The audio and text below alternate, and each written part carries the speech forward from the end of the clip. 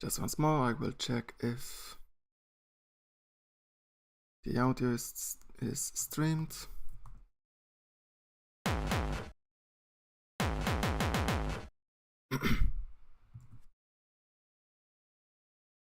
Okay, everything seems to work.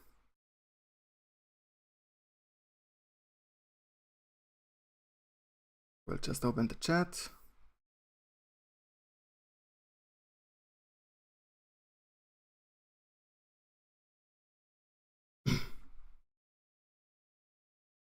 Yeah, just give me a second, I have to find it on my phone.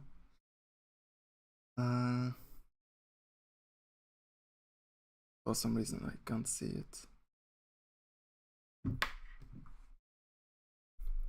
But yes, in meanwhile, I'm going to say that, as you can see, we will be starting with a blank template. And it means that I would like to begin a new project, especially we will be working with the kick drums today. I think I want to practice something I've seen in the LS41 video I made out recently. What I'm especially talking about is distorting the reverb to give the kick drum more texture.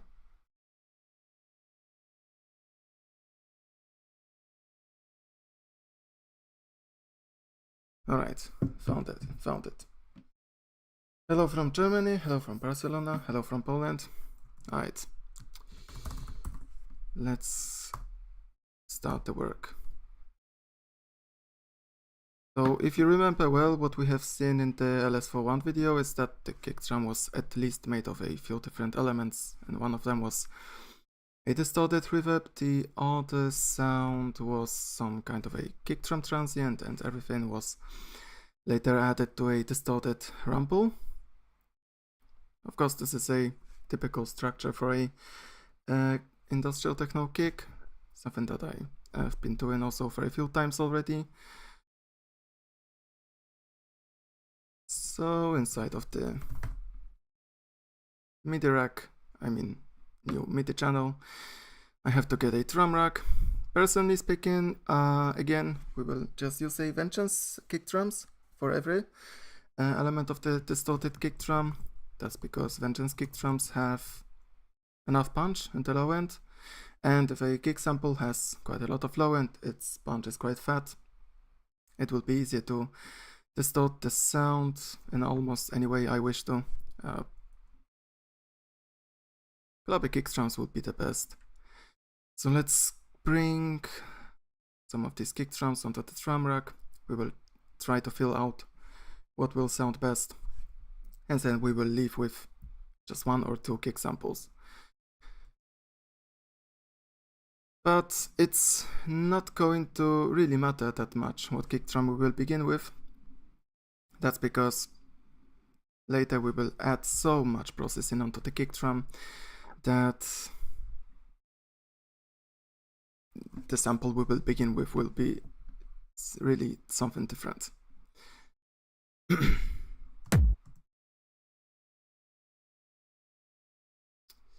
All right.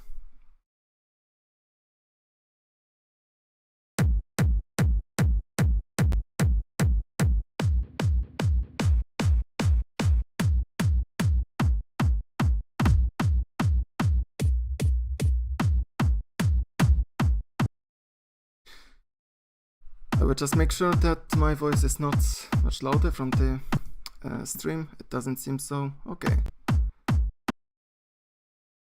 I guess that's the kick drum I'm interested in. It has that low end punch. Maybe we can check that quickly. If I just use a low pass filter on the master channel, so in that way I can listen to the kick drum's low end.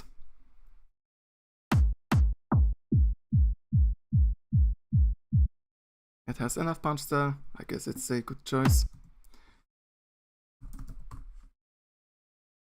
And all the remaining kick drums, let's get rid of them to clean the project. As I've said, there shouldn't be a need to add any other kick drum sample, maybe a bit later when some layering might be necessary. But for now, as I've said, there will be so much processing added into the kick drum that I don't find a need to keep other samples. I can always return to the samples browser and add some kick samples later, if necessary. So onto the kick drum I already have right from the beginning. I would like to pay attention to the volume level. The kick is at -6 decibels. Once I start distorting the kick drum and adding more and more processing to it, its volume is going to increase rapidly. I don't want to cross the 0 decibels level. So right away I can subtract a few decibels here in the volume knob in the simpler. Now, I've been talking about the kick drum structure. I've said that I want to have at least 3 different elements here. That is the transient, or maybe distorted reverb, because I've mentioned I want to try making a kick drum like LS41 duo does, so they distort a reverb that is applied to the kick drum. This is the first element. The second one will be nearly the same kick drum we have right now, maybe with just a little bit of saturation, just to give it the low and mid frequencies punch. The last element is the rumble. Of course, the rumble has to fill the low end, probably. The rumble will be done with a reverb as well. Probably the most interesting part of the kick drum will be that distorted reverb texture. I'm going to use for that not the reverb, the classic reverb, but a hybrid one. Personally, because of the convolution engine I have in the hybrid reverb, it's easier for me to get a more interesting reverb sound. That's because of, for example, the variety of impulse responses I can use to create the reverb. And honestly speaking, there are far less controls to adjust here, so it should be a bit easier to work with the reverb that way. Right now, if I played the reverb as it is, it would be difficult to guess how the kick drum is going to sound in the end. Yes, probably the live stream is going to be saved, and it will be at least for a few days on the channel. It's not going to disappear immediately, at least. It's difficult to guess out how the reverb should be adjusted to give the kick drum its interesting sound. Of course, the first thing I want to do is to turn the dry wet to 100%. But aside from that, I can already distort the reverb itself a bit, because I'm sure that I will have to do it later anyways. Because I want to have a slightly distorted reverb sound, let me try out a few effects from Ableton I would use to that. Definitely Saturator would be the first choice. I don't like much the vinyl distortion, but that's something I can try out as well. Both pedal and overdrive will be interesting to use too. Erosion adds too much of noise. Dynamic tube also sounds kind of characteristic. I'm not sure how it's going to sound like. The drum bass is also an obvious choice. At last the amp, it's a controversial thing, depending on the settings. It's going to trash the sound by much, or it's not going to do anything. I mean, it's going to saturate the sound slightly. I will start with the saturator because it's one of the simpler effects, and if you combine it, especially with equalization, that can use a high pass filter with large resonance, we can get lots of interesting sounds coming from these two effects. Okay, so let's pair both the EQ and saturator. Let's saturate the sound quickly with saturator, and we will compare the distortion coming from the saturator to the remaining distortion effects, and in that way it's going to take me a minute or two to pick the distortion effect I want to use.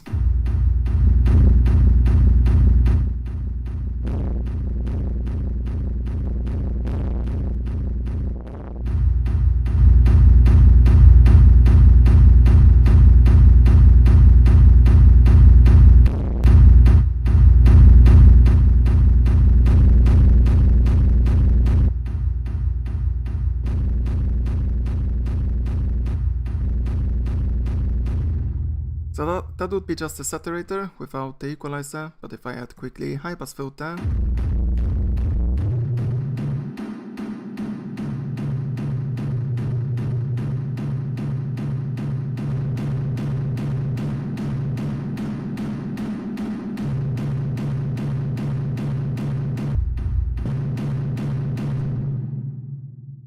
it will be a bit easier to get some more interesting sounds. Alright, that was the saturator. Let me check other effects.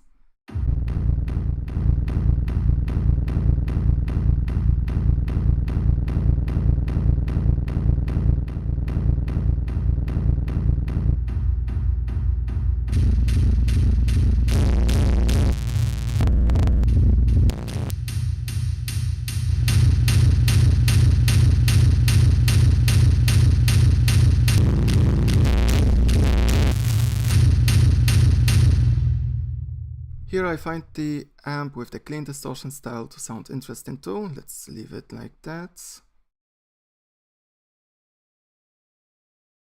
I want to check out the drum bass too.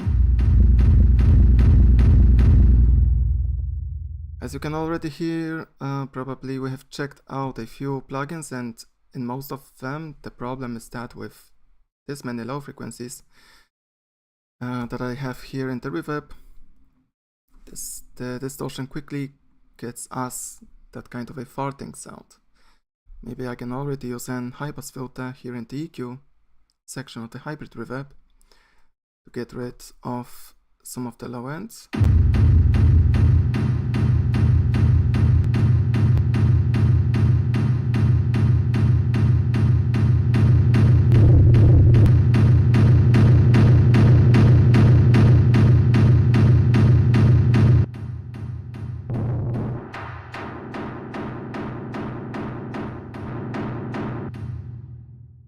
That would be the overdrive.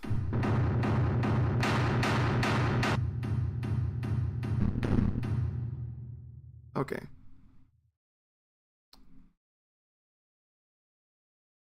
I think I want to make a choice between the saturator and the amp. Let me listen to both effects once again.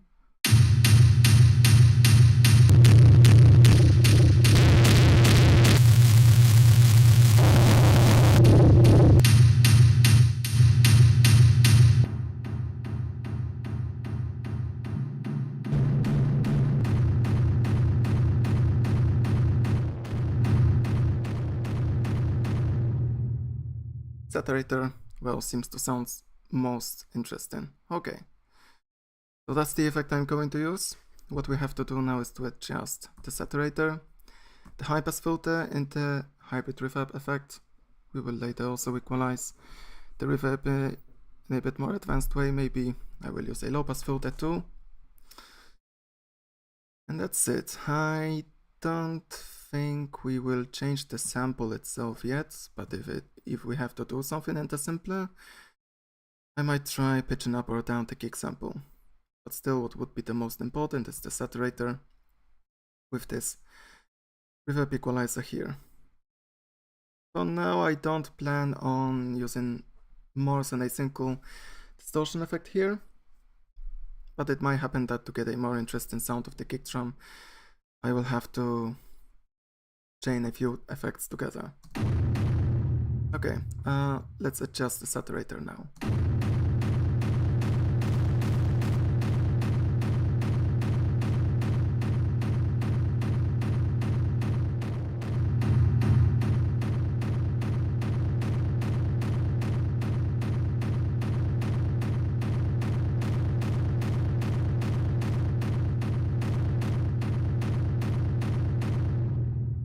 To not add too much of crunch to the kick, I will use the soft sine distortion mode.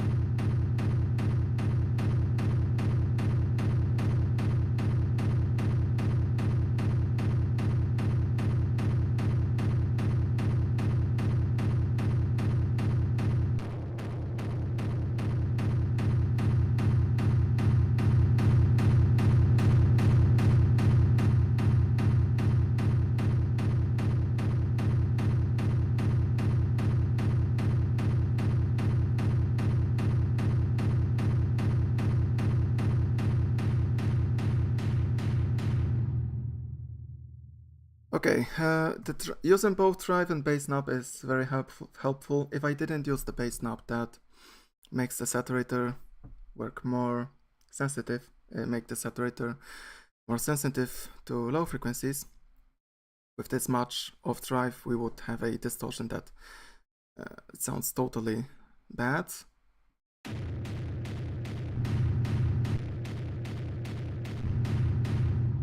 So in case I want to use more drive, I want to turn down the bass knob. I think that's how I can work with these two knobs.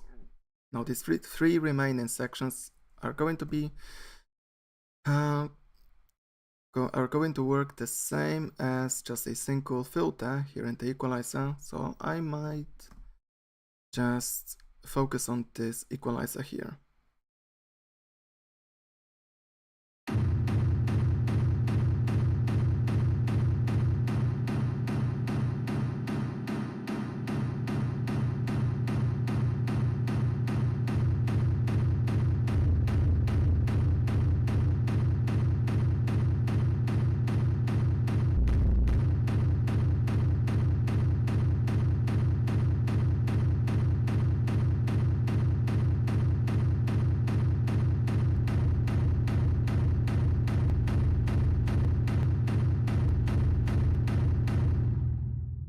I'm trying to balance the amount of low end that I'm cutting away from the reverb.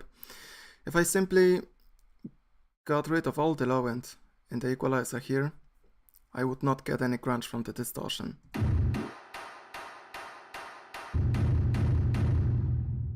So it's a matter of both cutoff frequency and the filter slope to pass through just enough of low end so I get enough crunch from the distortion.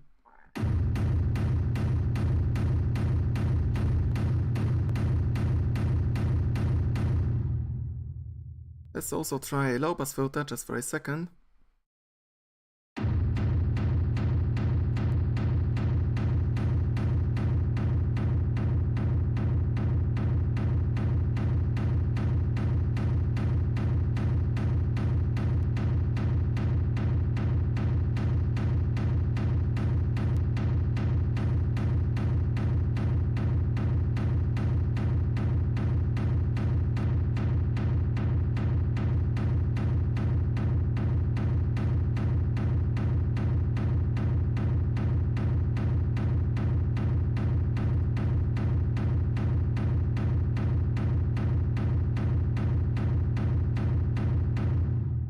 And using a low pass filter will be something that I will have to do later anyways, because in the end the kick drum has to definitely fill the mid and low frequencies. The high end is not that, maybe it's not that useful or important.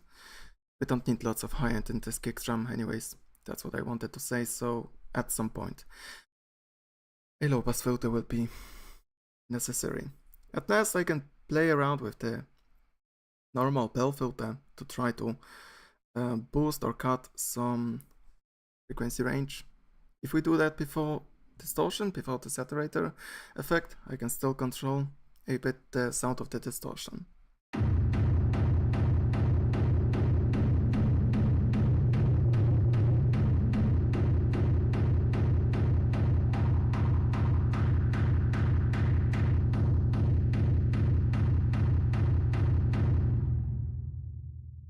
But so far maybe we will leave that aside. The reverb is currently at 100% stereo, so it's going to be very wide.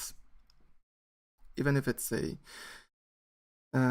element of the kick drum that it's not going to fill any low end, the kick drum. I want the kick drum to be a bit more narrow, so let's turn down the stereo here.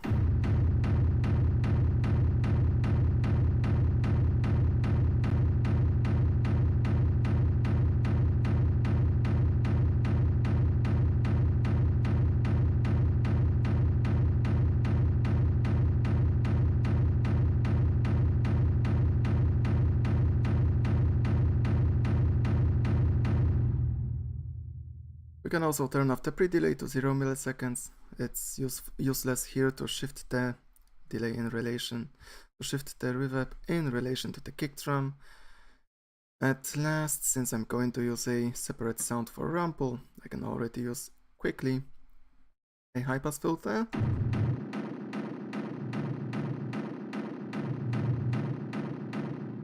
To get rid of the low end. The distortion is adjusted quite well, so now I can move on to the hybrid reverb to pick the final reverb sound, because in the beginning I have quickly chosen just some impulse response, but the reverb itself will be very important in the kick drum sound, because from that hybrid reverb most of the texture or the character of the kick drum will come.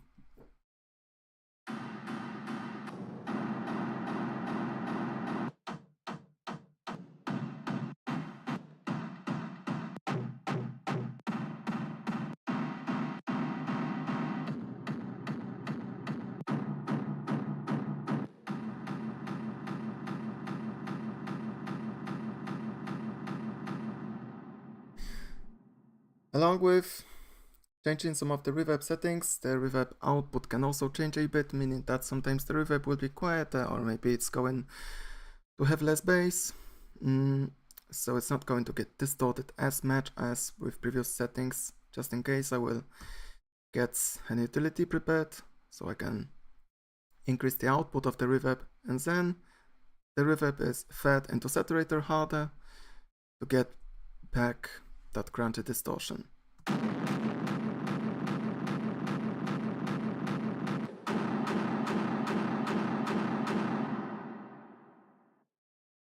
There's also another thing I can already do. I think I would like to play the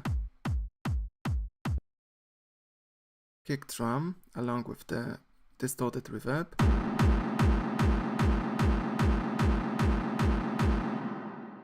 Or maybe not yet. Maybe not yet. Let's return to the reverb and keep adjusting it.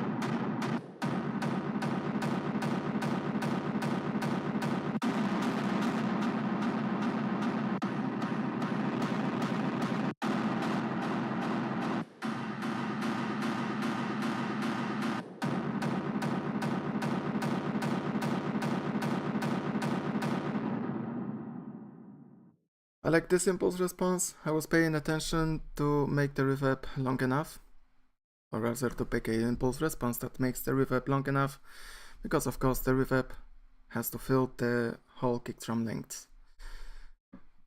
Now to adjust the reverb, we can use both attack, decay and size controls, and they, in theory, it's a scale or just adjust the impulse response file I've just picked, and in practice adjust these three knobs just up to your liking.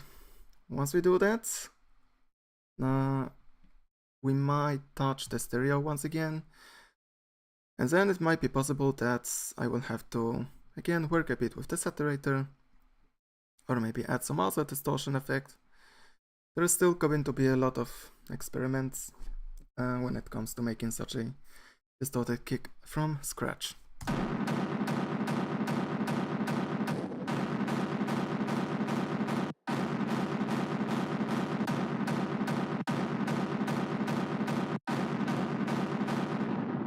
And from what I can see, if I keep using the attack control, I'm getting rid of the small transient or click part of the kick. This is something I wouldn't like to do, so maybe let's keep it closer to 0 milliseconds.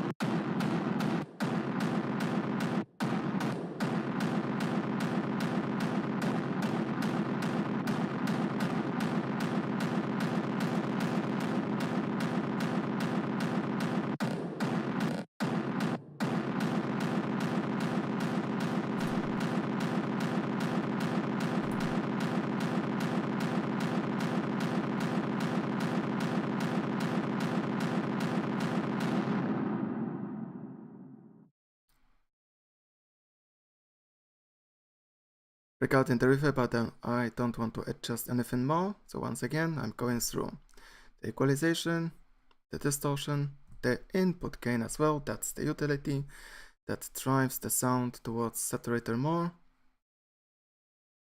Yes, this is what I need to do now.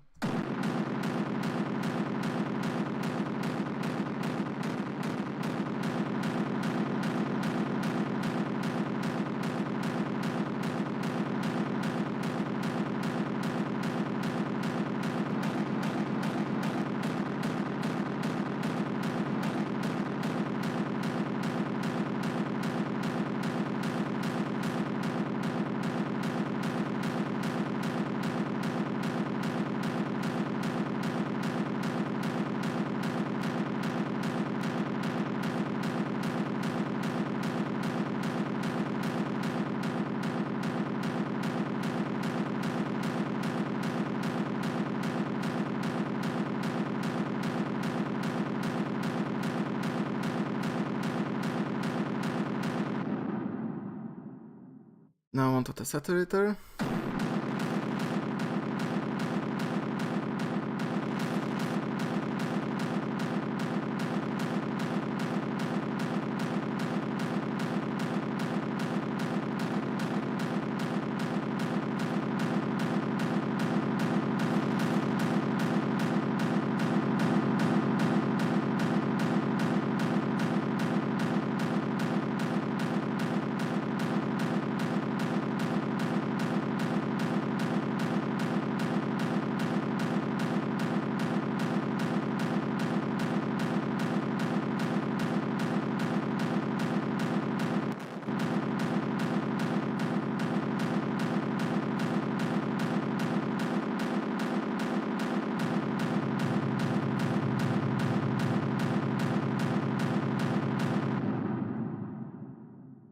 I wouldn't like to try to add even more crunch than that, but still to try making that texture more interesting, I will try a few more distortion,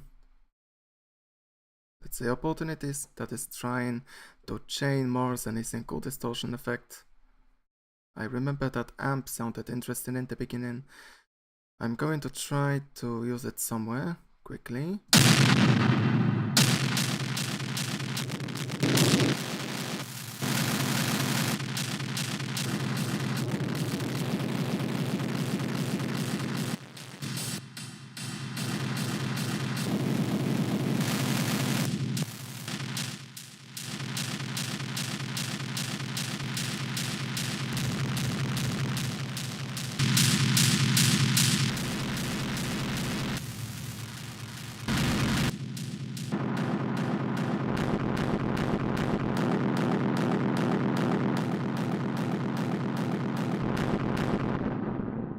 So far, it doesn't matter what I'm trying to add, the reverb already sounds over distorted, so it's going to have too much of high frequencies. If we looked at the waveform of that distorted reverb, it would look like a brick.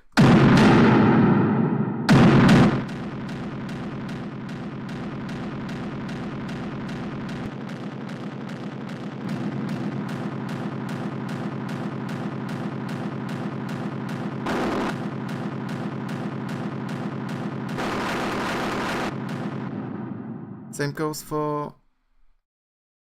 with all other distortion effects, so I think we will move from the reverb now to the punch sound of the kick drum, which will also have to be distorted. Maybe one last thing is to add some sidechain compression quickly, because probably I will have to do that a bit later anyways. And the way I do the sidechain compression in just Ableton is by again shifter and utility.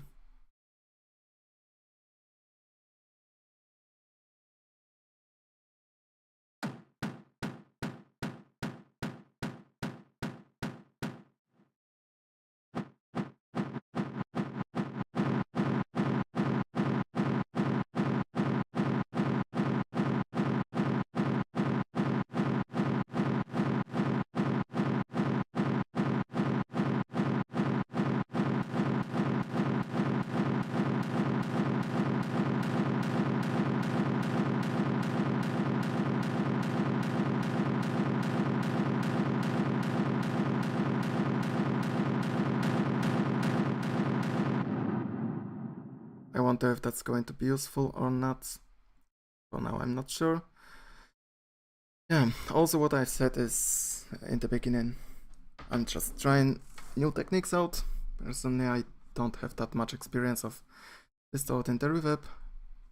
Usually I'm just using the trash tool along with convolution module and trash and the group processing, for example, to get a nice texture for the kick drum. This works personally for me well in Raxela style kicks. This, what I'm doing here, is something different. Okay, I can once again think of how I can distort the kick sound here, now without the reverb.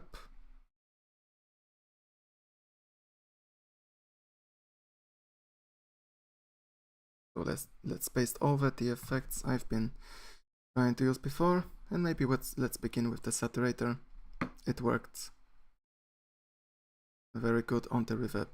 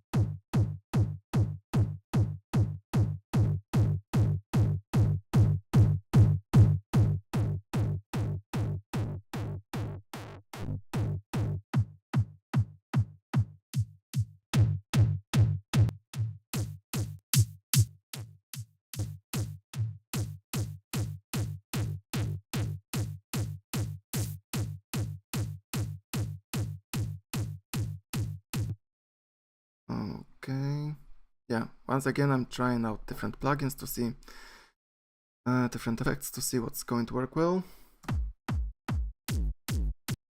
Trash 2. I wish I could use Trash 2, but I decided to give myself a bit of challenge to work with Ableton effects only.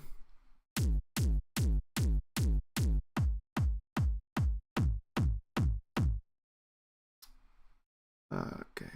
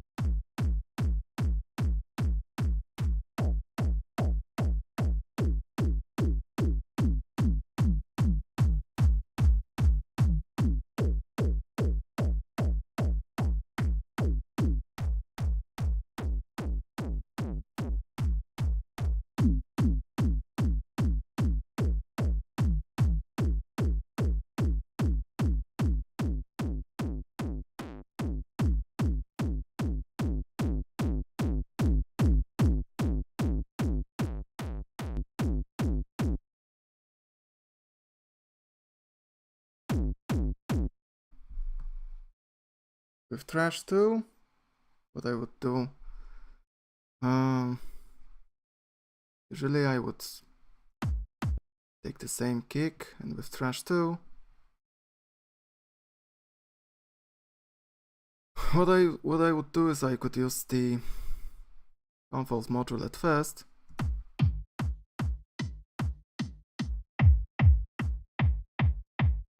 and then use the trash module.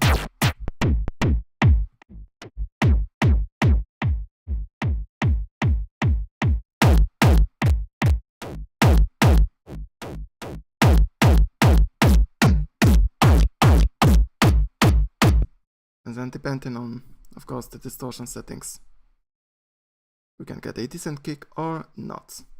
Okay. But something quite similar should be possible with the saturator and equalizer, because both saturator and trash 2 are wave shape and distortion effects.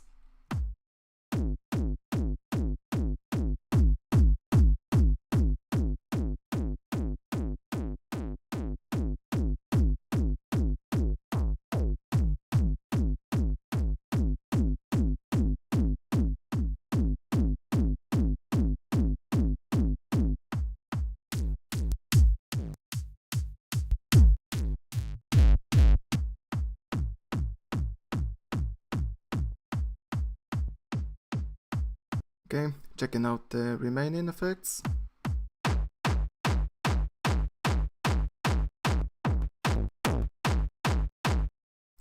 I like the pedal now.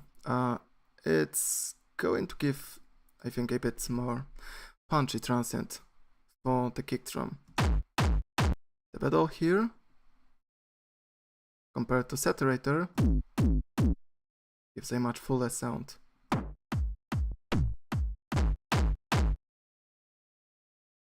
Let's try this.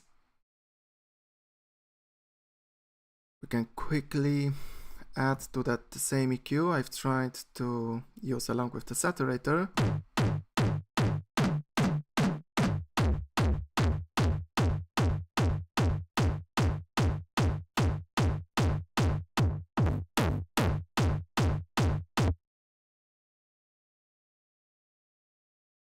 And the idea I already have is that this punch sound has to be shorter. In a similar way as I used this shaper and utility group to create a sidechain compression, now I can use the same shaper and utility, maybe I will zoom out, to shorten the kick sound. I just have to change the volume modulation curve here.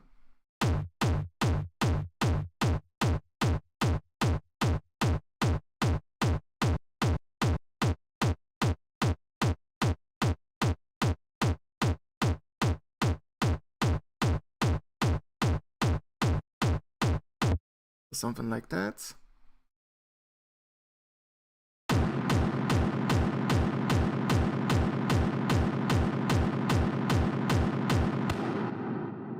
And so far these two kick elements will sound like that. I can already hear the distorted reverb still takes a bit too much of the high end and maybe mid-range. So we will have to later equalize the sound more precisely. Because for now in the equalizer here I just have a high pass filter added to not overlap any low end. But precise equalization on the distorted reverb will be something I will do a bit later, not to mention that I have to add the rumble sound. Yes, the stream will be available for at least a few days after today. It's not going to be taken off immediately. Okay, coming back to the punch sounds, I will have to... Is your screen small or is your audio effects tab huge? I purposefully turned down the screen resolution to make all the elements fit better. I'm also using the zoom display feature in Ableton to make everything visible.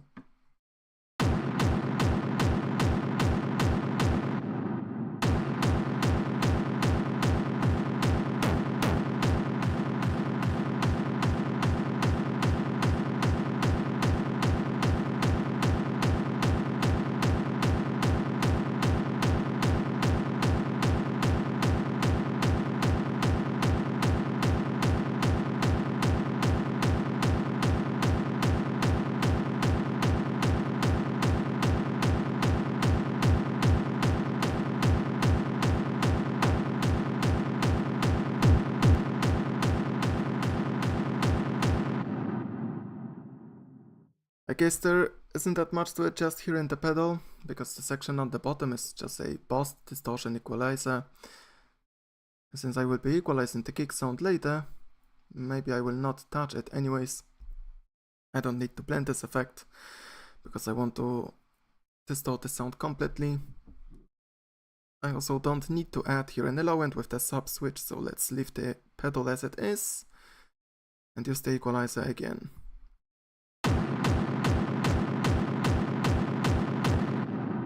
Now to make these two sounds fit better to each other, on purpose I'm playing both reverb and the kick drum.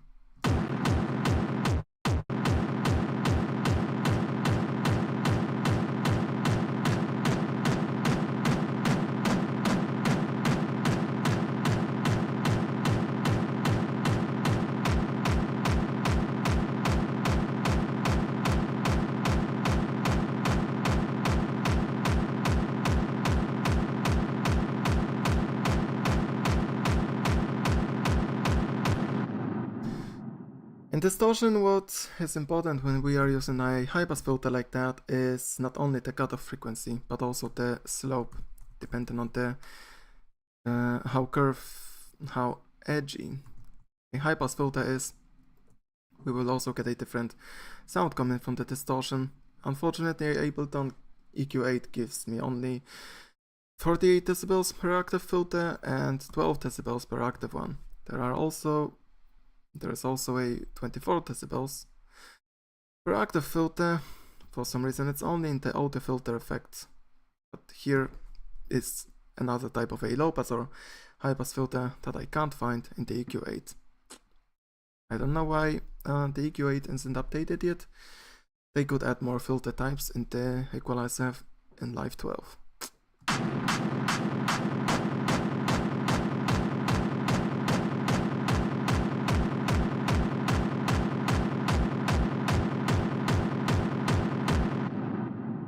But I guess I'm going to end up with this type of filter, so we don't have to use the audio filter now.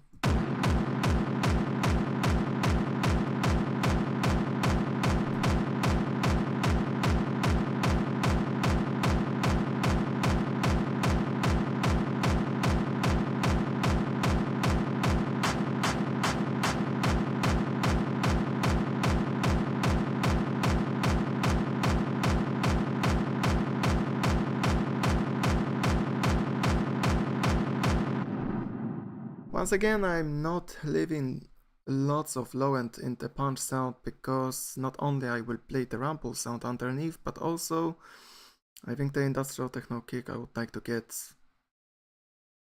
It would be best if I made the whole kick drum today. The whole kick drum if it didn't have lots of low end in the beginning in the punch, because that would make the kick drum sound more dull, and I guess this is something I would like to get.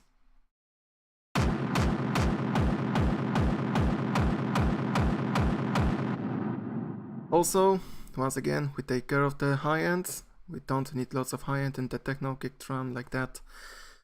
Again, I can try using a low pass filter too.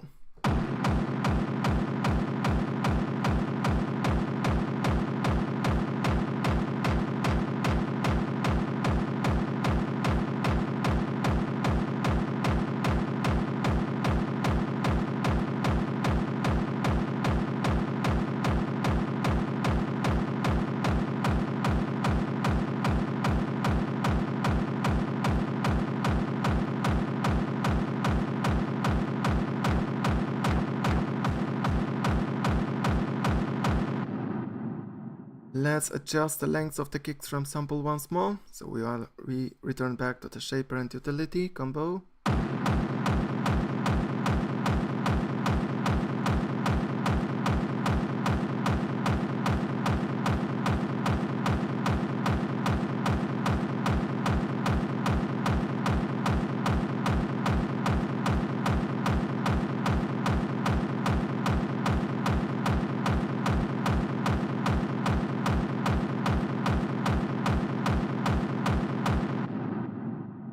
That makes the kick drum short enough.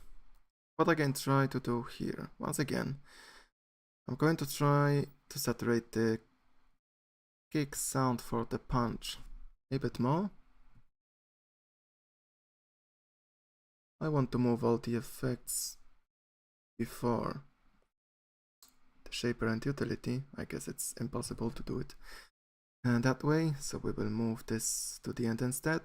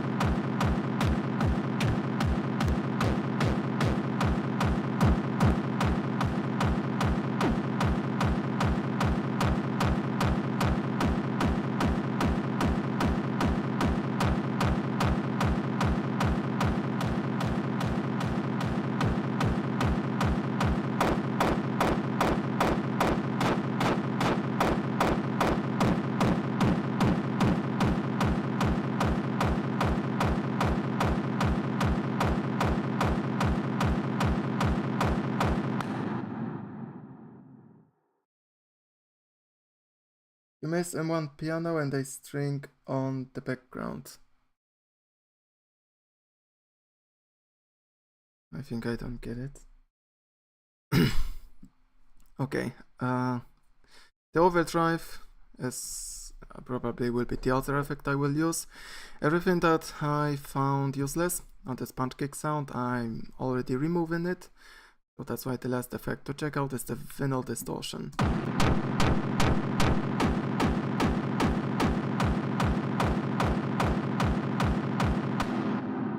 Maybe let's bring the redux also. That doesn't seem to work. Okay, how I will distort the punch sound in the end is that the pedal will give... It's a joke about deep house. Oh.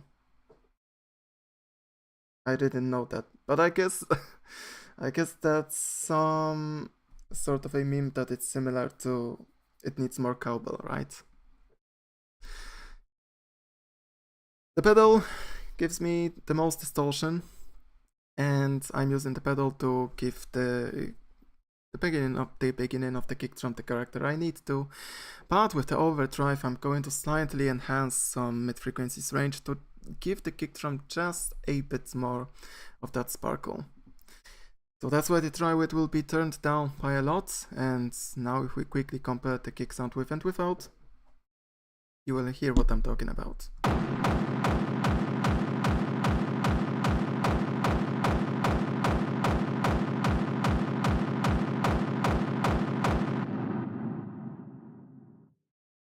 So this is what I'm going to use as well. Very soon we will finish this punch kick drum layer, and then I will have to return to the reverb immediately, because the reverb is either too bright or too distorted. Now with the kick drum, with the punch sound of the kick drum being played in the background, I can feel more what I should do to the reverb. But at first I will have to set up the overdrive. Broad.80k, thank you for watching my videos. I appreciate that. Maybe to hear better what I'm doing with the overdrive, I will increase temporarily the dry wet to bring the overdrive more to the front.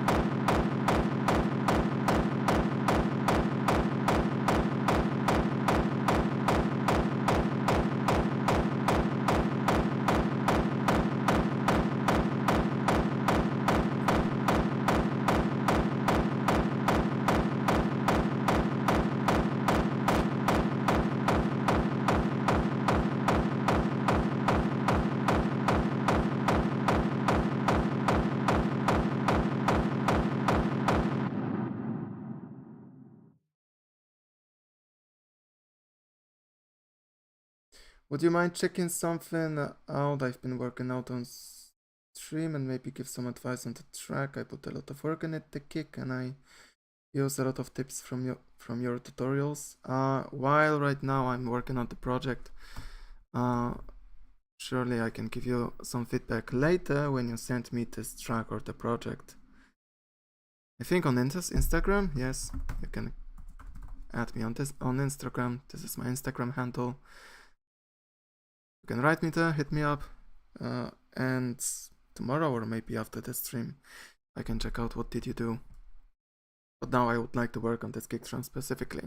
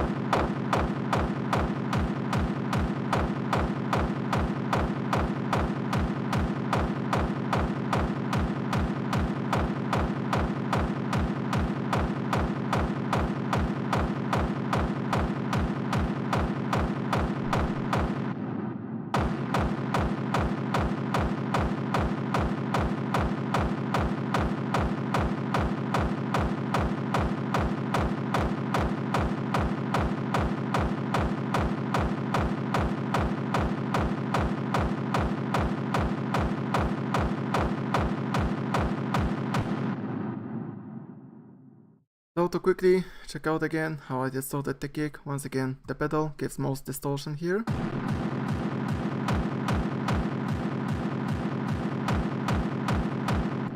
This is something I use to simply add more fatness to the kick drum, more mid frequencies to the sound.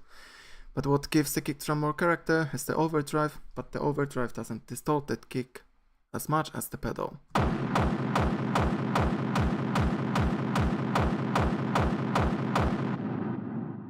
I think I've been playing around with the overdrive much enough to say that if indeed we want to get that kind of a dull kick drum sound, something that sounds like you are hitting a cardboard box or something like that, the overdrive works well because it's one of a kind distortion effect enabled on. It enhances and distorts a certain frequency range that you choose with a bandpass filter.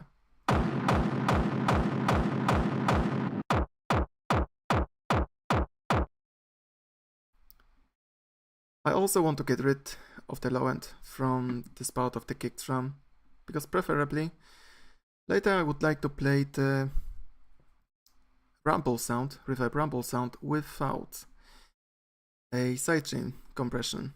So if I want to do that, I want to make sure that two remaining kick sounds will not have the low end.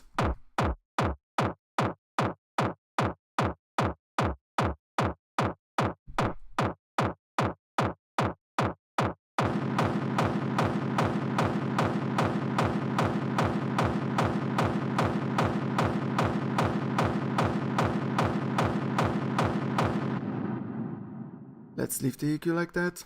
I've been talking about the reverb. I think that it's either too distorted or too bright.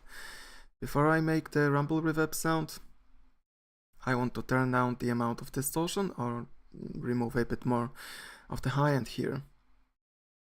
Probably I wanted to add lots of distortion in the reverb at first place to make the kick drum sound more like an industrial one, but what I suspect is that maybe it's the rumble sound that I will create soon that will have to be distorted more, and distorting the rumble sound will give me much better sounds than distorting this reverb too much.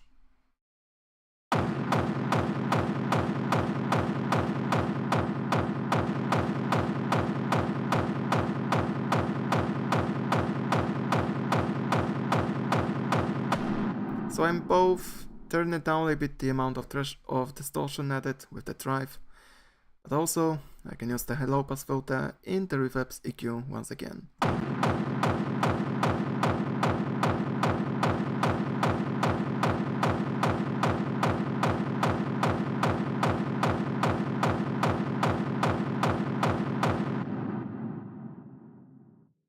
It might happen that because of the distortion, some of the higher frequencies are added back. That's why I don't want to only work with the equalizer and the hybrid reverb effect. I also want to use the equalizer at the very end of this chain. So after all the distortion effects, definitely. Would love to send it a track for review sometime. About to start a new hard industrial techno projects and hopefully get some labels to accept demos. Once again,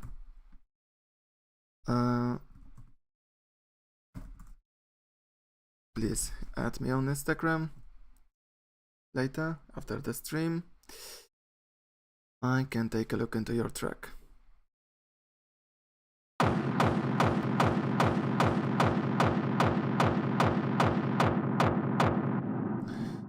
It might happen that a low pass filter like that is going to take out too much of high end, so I'm always checking whether it's the low pass filter or a high shelf filter that sounds better.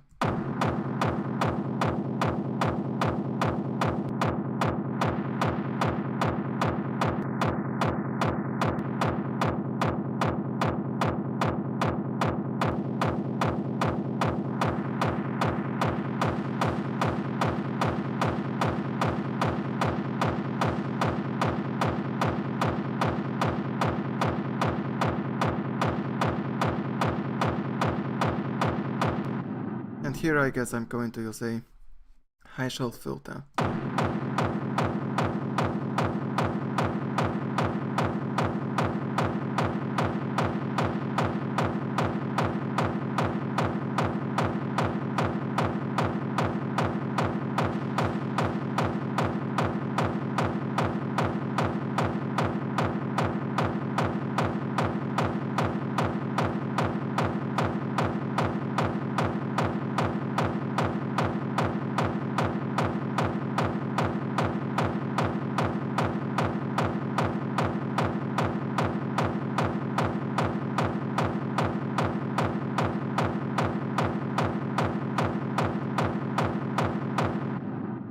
I will quickly check if there are not any mid frequencies to cut. I mean, I already know that there is going to be something that I have to cut from the mid end, but the final equalization is something I would like to leave for later, because still there is quite a lot of distortion coming. For example, I didn't use any distortion in the group processing yet.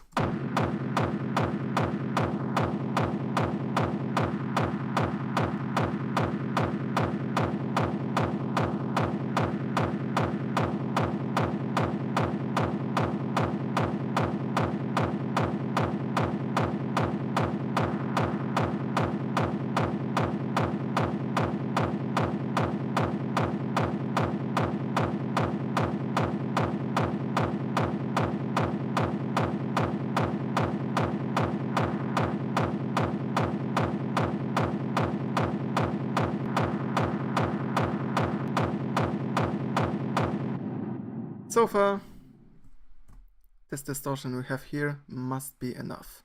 It is equalization. I didn't adjust yet the volume level of it. I didn't adjust yet the volume level of the reverb in relation to the kick punch sound. I could either use a fader here, but for convenience, I'm using the utility at the very end of each sample and keep the volume faders for automations later if I want to arrange a track. But both would give the same effect in theory.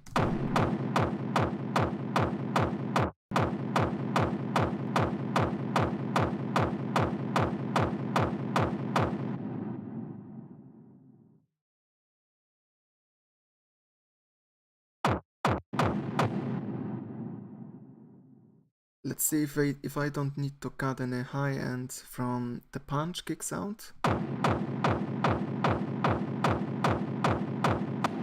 No, I don't think so, because that would make the kick drum less aggressive and clicky. So what's left is to create a rumble sound. This will be the sound that we will have to export later for safety, but for now I want to use once again a hybrid reverb effect. The settings will be totally different, so for example I will not need a high pass filter anymore. Definitely a low pass filter will come in handy. I can adjust it quickly like that, but the whole reverb will have to be readjusted to get the reverb sound a different, maybe rhythm or texture. Not to mention that, again, I might need to distort the reverb, rumble.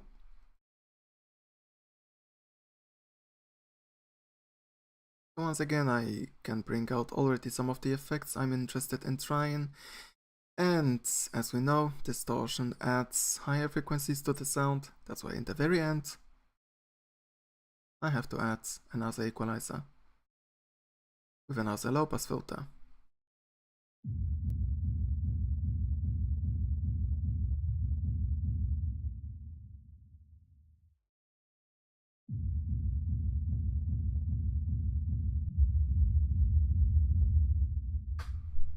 To make sure that the rumble sound I create will fit the remaining kick elements well, I can again play either of these sounds together. So I will add either the punch or the kick reverb.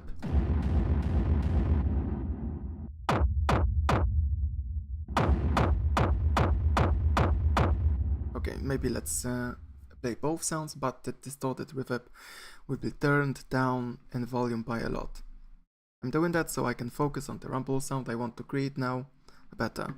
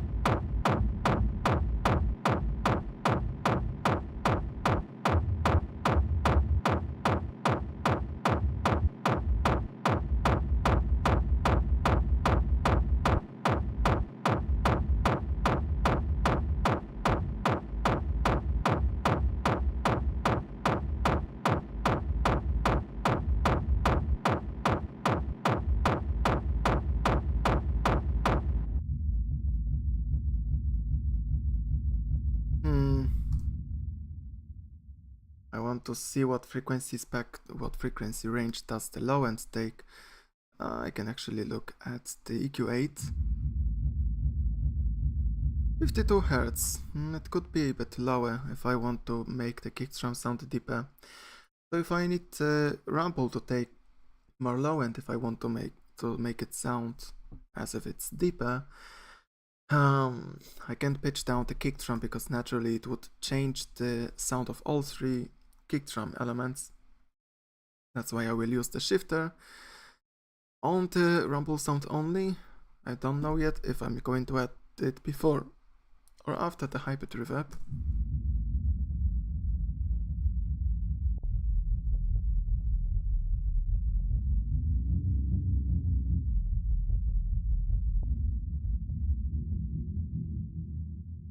But it seems to work better with the shifter being after the hybrid reverb, so I will keep it here. And let's use the chorus control to pitch down the rumble to the point that I'm taking more or less 42 or 43 Hz.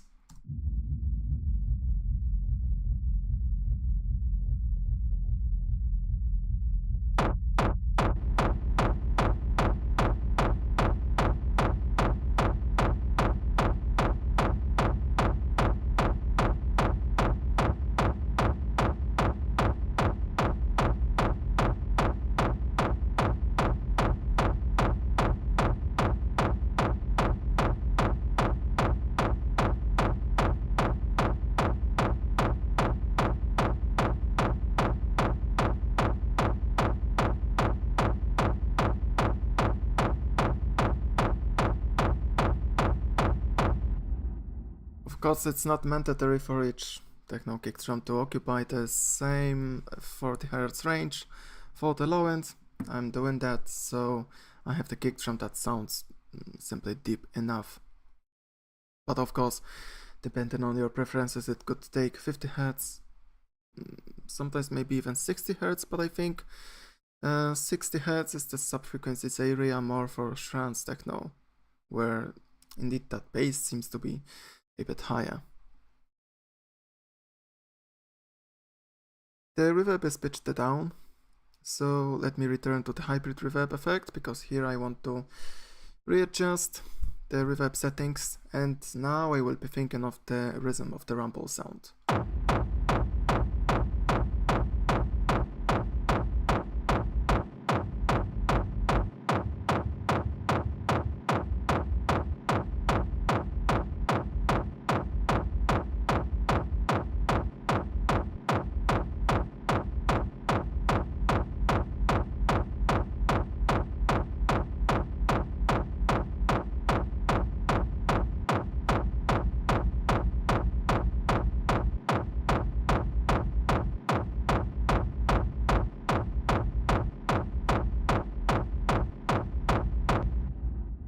I'm looking for something that gives me some sort of a wobble rhythm, and now I think I have something good.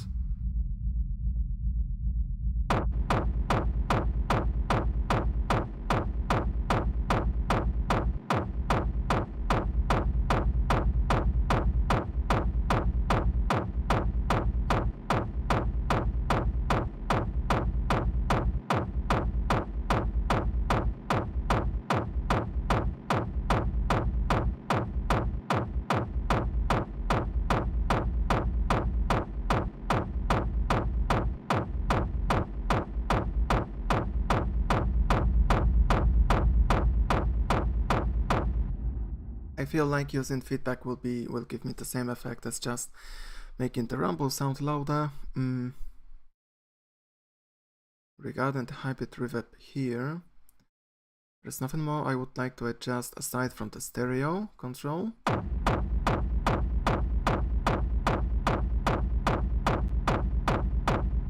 I will make this rumble sound more narrow, and onto the equalization. Let's see what I want to do now. The thing is that I wanted to export the sound to a separate one, so probably before I use distortion and filtering, I should indeed export the sound. It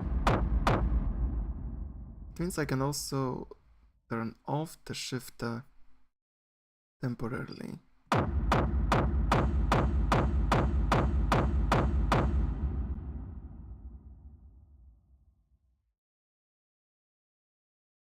That sounds pretty. So the reason I would like to export the rumble sound onto a new one is that I want to be sure that the rumble sound will not overlap with each other, because then I would have problems with low-end overlap, and a track I made that way would be a bit difficult to mix. Also, every time I play a kick drum through a hybrid reverb, the reverb sound itself is always going to have a slightly different waveform. It's going to be even by just a tiny bit different. That's another reason for I would like to export the rumble sound onto something new. So let's duplicate the channel here. We'll make sure that the rumble chain is the only thing that's soloed.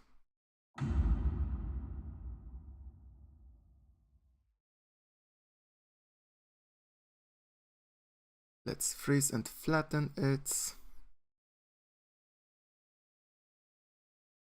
And now this exported file is something I want to drag onto the first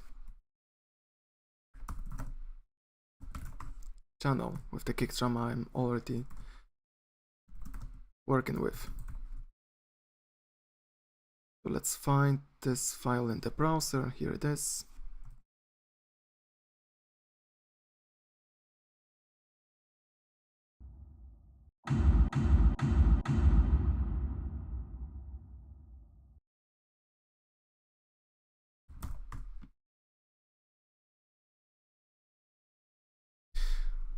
What do I do now? Because this is the sample I will keep processing later, it's already exported. Here I can turn off the rumble chain already, so let's get rid of everything. And we have to add the exported rumble in the MIDI clip.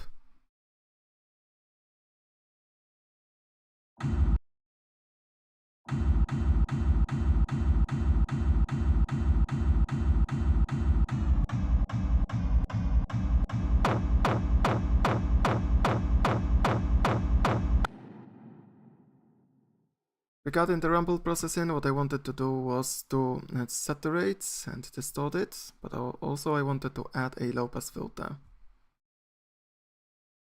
I could as well just paste the effects I have prepared earlier.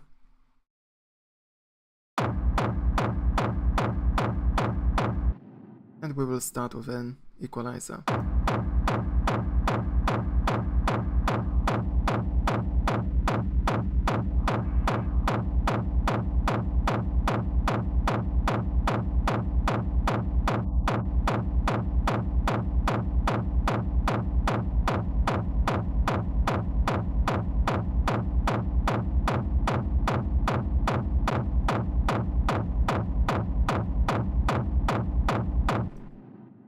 I'm still thinking of pitching down the rumble sound, but also I want to work with the rhythm of the rumble more, because now the sound is exported.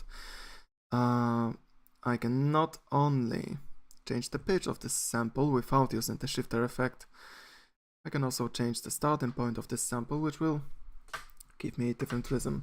Okay, please give me a second now, I will be back very shortly.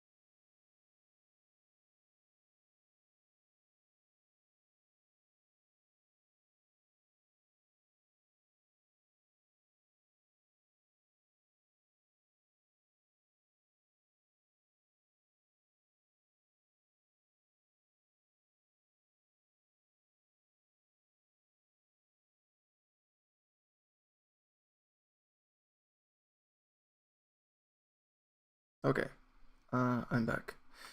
Yes, actually, before we continue, maybe you have some questions you would like me to answer. If there is something quick, maybe we can take a look again at something I've already did, or I don't know.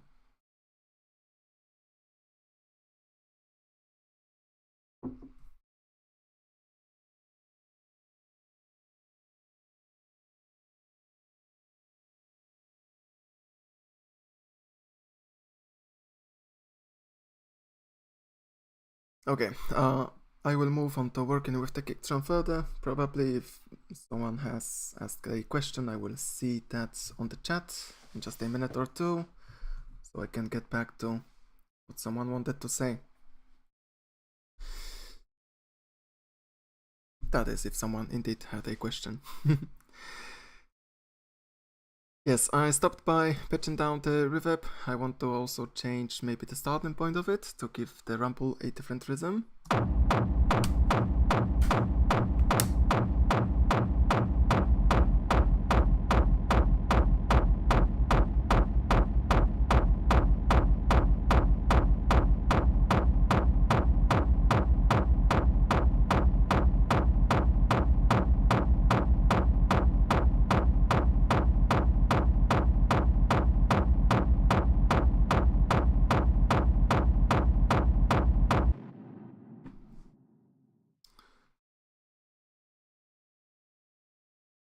Aside from changing the starting point and the pitch of the rumble sound, there's nothing more to do right now.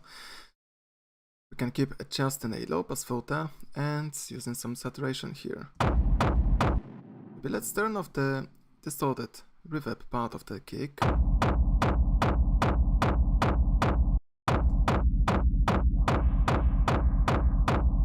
So we can focus more. And again, in the same way as I was distorting the first reverb sound, I want to use both equalization and distortion at the same time, meaning that I want to switch back and forth between these two, because depending on the equalization settings that are before the saturation or distortion, the sound of the distortion will also change. How do you come up with this kick processing? Like, where do your ideas come from? Is it just trying and experimenting and experience? Yeah, mostly this would be the experience. Around a year ago, or I mean maybe over a year ago, I was experimenting a lot on how to get a kick drum sound that sounds similar to Raxeler kick sound. And by a lot of trial and error, that's how I come to this result. I mean, some parts of this kick drum structure are rather obvious, because for example it is kind of obvious that later we will want to glue the sound with the distortion and multiband compression, for example, in the end. So a bigger problem is rather coming up with how to create individual elements of the kick drum. And that relies on, indeed, the knowledge and experience at first using distortion.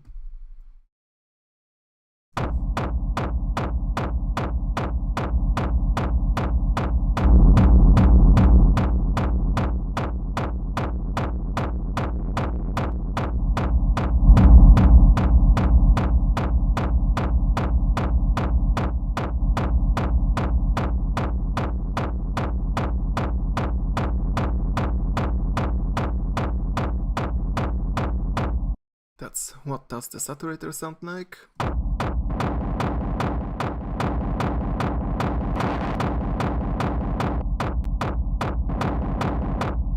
The pedal seems too aggressive.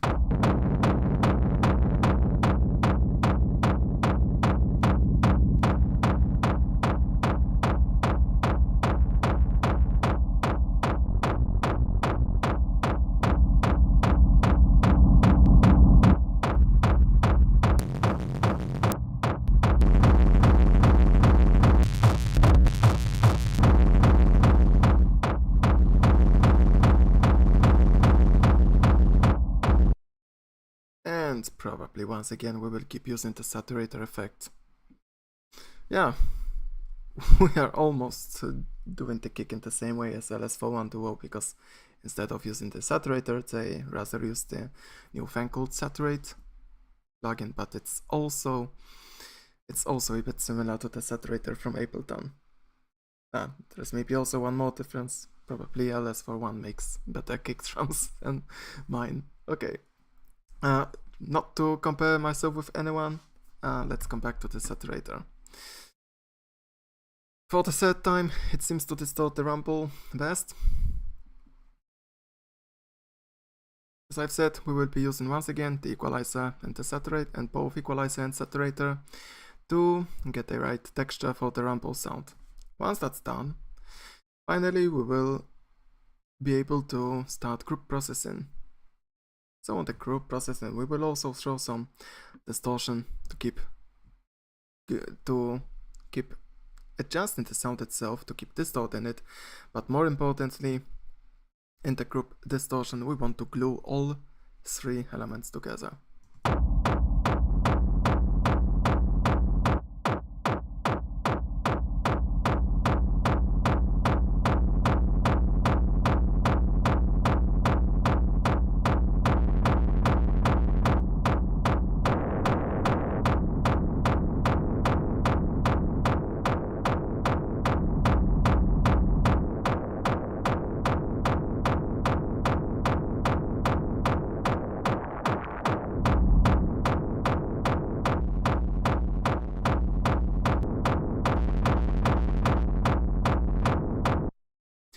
I'm going to try to use the sinoid fold distortion here.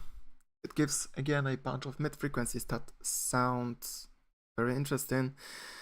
I can hear that our rumble sound lacks some of the low end, but probably we can get around that if we use after saturator another equalizer that would boost the low end heavily.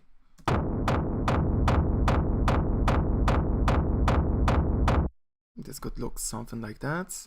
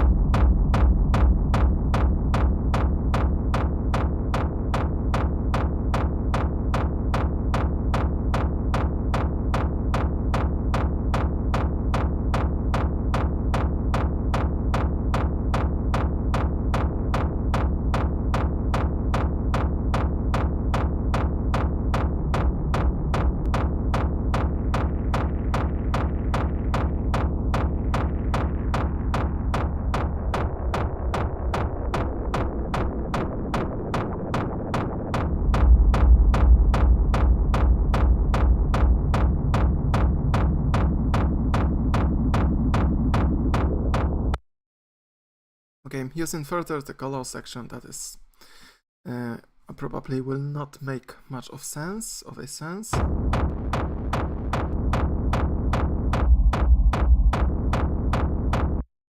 And so far the distortion on the rumble sounds like that. When I will be distorting the kick drum more, there is going to be a question that I would like to answer myself. Because I've mentioned in the beginning that again, this approach with using a distorted reverb to create a kick is something quite new to me, and I would like to make this kick drum remind a bit of what we could hear in some of the LS41 tracks. I wonder if it's the rumble sound that is distorted more or the reverb sound here. That's something I will want to experiment, preferably today if there will be enough time. But so far, distorting the rumble quite heavily makes sense, so I will stick to that. Have you considered any other techno genres like raw, hypnotic? Personally not, because I'm afraid I like experimenting with distortion a bit too much.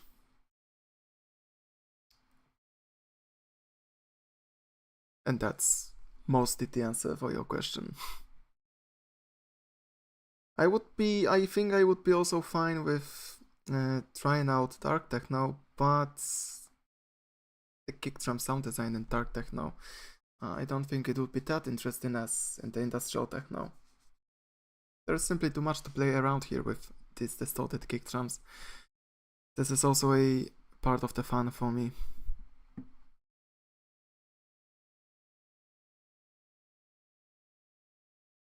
We will leave the saturator aside and move on to the equalizer. At first the equalizer that is before the saturator, because we want to control the sound of the distortion with this saturator here.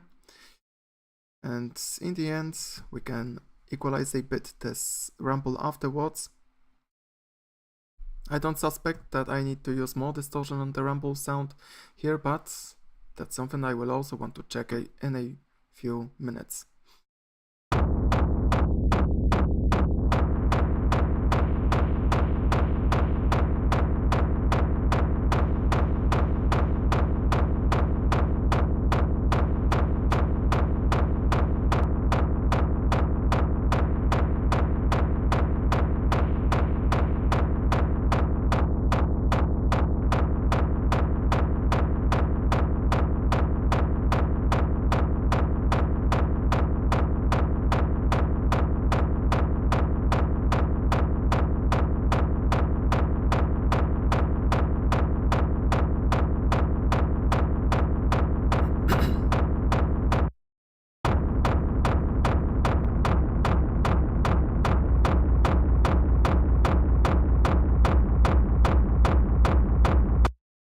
can also, on purpose, use a high-pass filter, but not so much that I get rid of all the low end.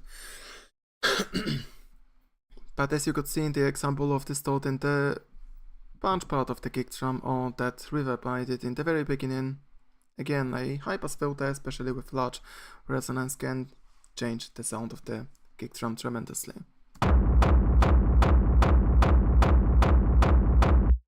And actually, from that moment when I just use a high-pass filter, I can imagine that I am equalizing more precisely just the rumble and the punch part of this kick. I'm throwing in some group processing, and this would be already a decent kick drum for me.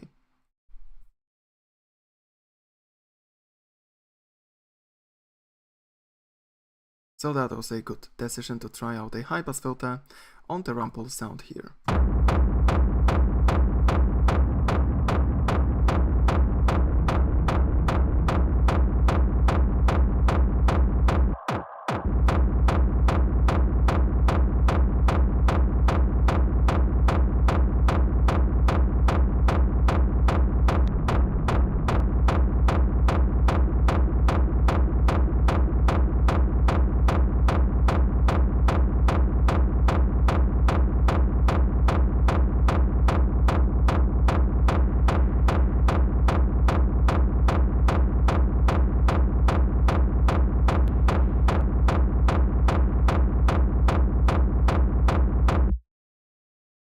That was a quite good example of experimenting. If you asked me, yes, if I would want to use a high-pass filter at this moment, probably I would say that there is no need to do that because it's a rumble sound. We don't want to get rid of any low end, but I often try to use many different things, and it turned out that using a high-pass filter here is a good thing to do. Okay, both low-pass and high-pass filters are adjusted. The same goes for the saturator. Maybe let's not use any more of the saturation or distortion here on the rumble. I will move now to the equalizer after distortion. And what we will do here is we will make the rumble sound a bit cleaner. Before I boost the low ends, I will focus on removing maybe a bit of the mid and high frequencies to make the kick just a bit cleaner. You can always distort that. I always wanted a hard raw hypnotic genre to come up more. Well, that's what I could try if I was that interested in raw / hypnotic techno. While I could make a track like that, as I've said, industrial techno is much more interesting for me. Regarding the rumble sound, I feel like it is too muddy. It has a lot of mud. The first thing we will do is we will search for that mud in the range of from 200 to maybe 400 or 500 Hertz.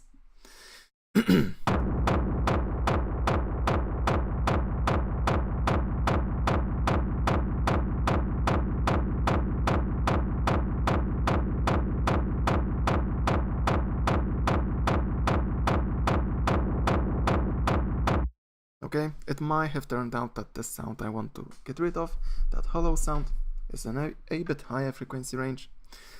Let's search around 500 Hz then. On purpose, I am using such large attenuation so I can hear better where I should place the filter.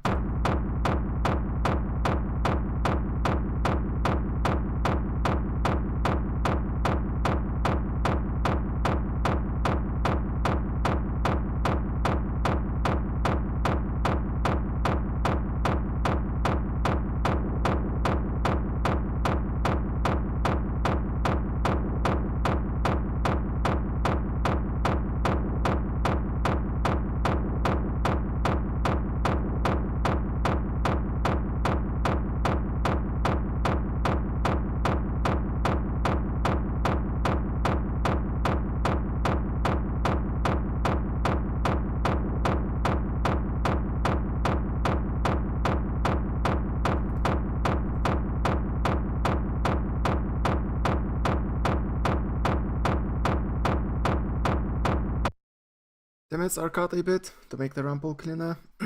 Let's return to boost and the low end. And it's not mandatory to make the rumble sound deeper by boosting the lowest frequency of it. Again, the rumble can sound different depending on what frequency in the low end you will boost. If I decide to boost 80 Hz, this is going to sound different than again boosting 40 Hz range.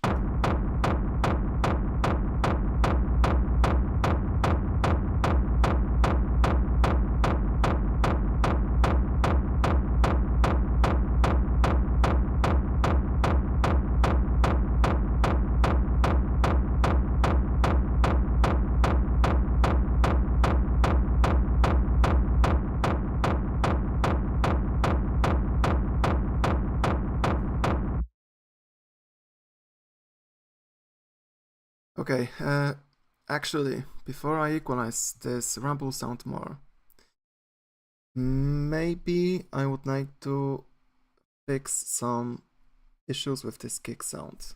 At first, let's adjust the volume of the rumble sound in relation to the kick punch sound. I'm using an utility for that.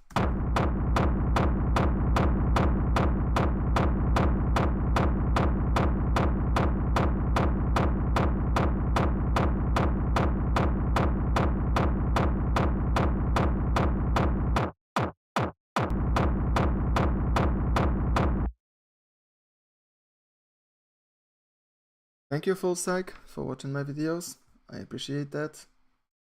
Are you making hard and industrial techno too? The volume of the rumble in relation to this kick drum is adjusted. Let's see if this distorted reverb still makes sense.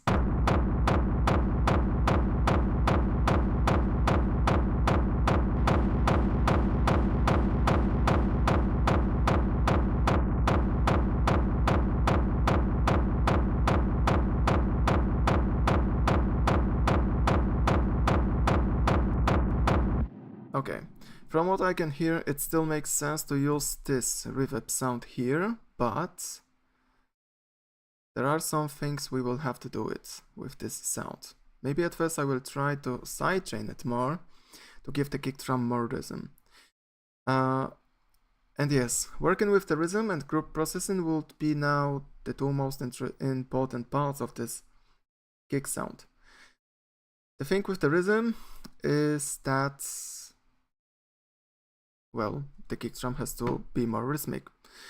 So I'm thinking of using both the sidechain on the distorted reverb more, but also this punch sound that I have right now. I think it's a bit too flat. Maybe it's because of the distortion or whatever. But I can hear that this whole kick sound is a bit flat. And the second thing I have to do is to glue everything a bit more, but that's related to group processing purely. Let's work with that rhythm at first. And the easiest thing to work with the rhythm would be to work with the distorted reverb and using here some sidechain. I will turn off the rumble for a second.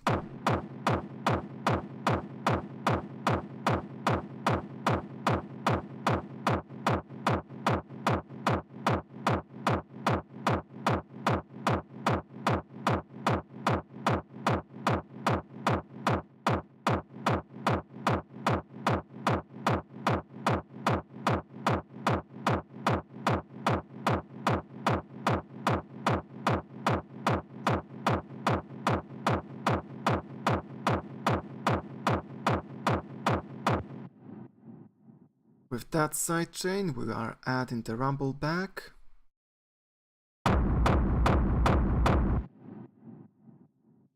Let's make that sidechain reverb louder.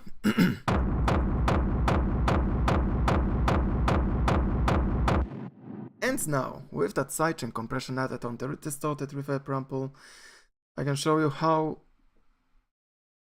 important this sound is going to be in the end of our kick drum.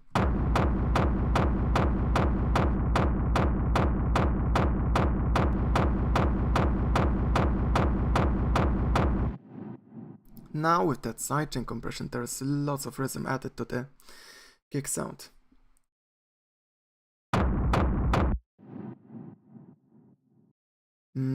Talking about the punch sound here, I think we could, for now, limit to just making the kick more punchy. So I'm thinking of making a slight EQ boost somewhere in the low end.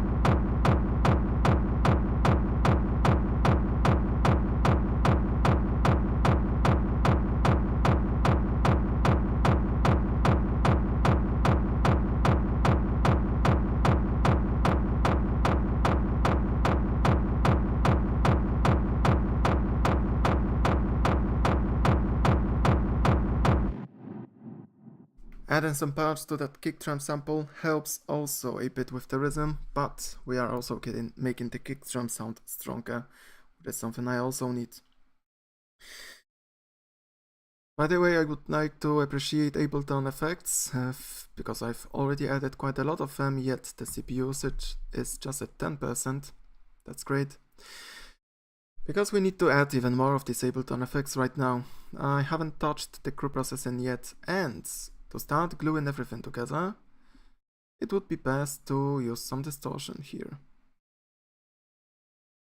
If I were to take a guess on what is going to sound best, I would place my bets on the drum bass, because that's something I use quite common to glue the kick drum elements. But as usual, I'm going to try a few other effects. Maybe it would be a bit of a shame if it turned out that the saturator is the only distortion effect that is useful in the Ableton, right?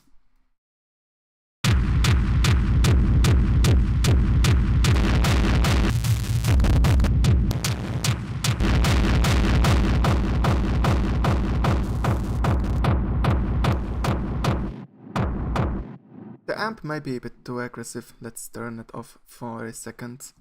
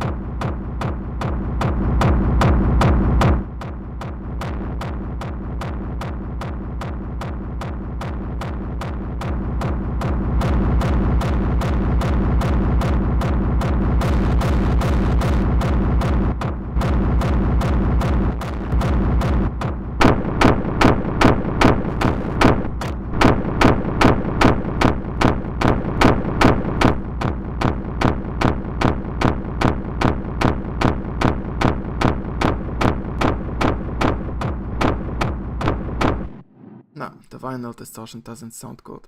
Obviously, saturator works once again, it enhances the kick drum nicely. But something similar could be, I think, said about the drum bass or the amp. For now, let's get rid of the effects that I definitely will not use. That is the vinyl distortion. I think I also disliked both Redux pedal and overdrive, along with the dynamic tube. Let's check these once again.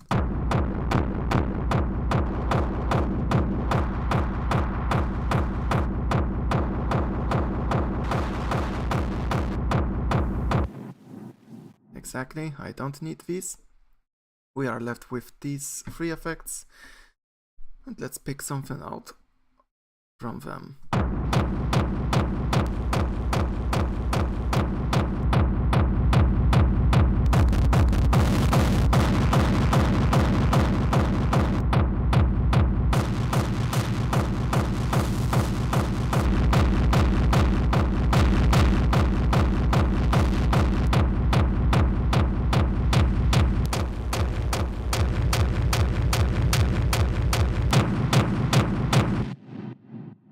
If a choice of a distortion plugin would not be enough for you, I will remind that once again, I can experiment with a equalizer, especially the high pass filter.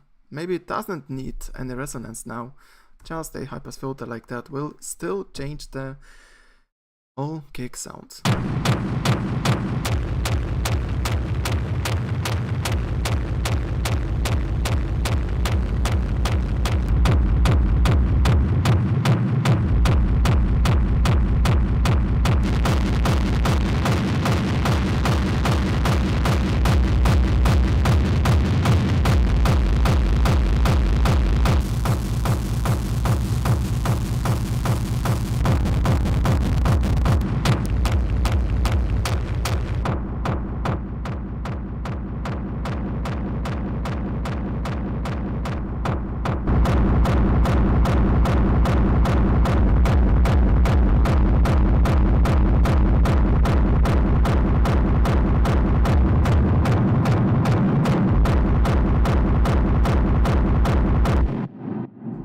The saturator sounds good, then drum bass doesn't. It's either the amp or the saturator now.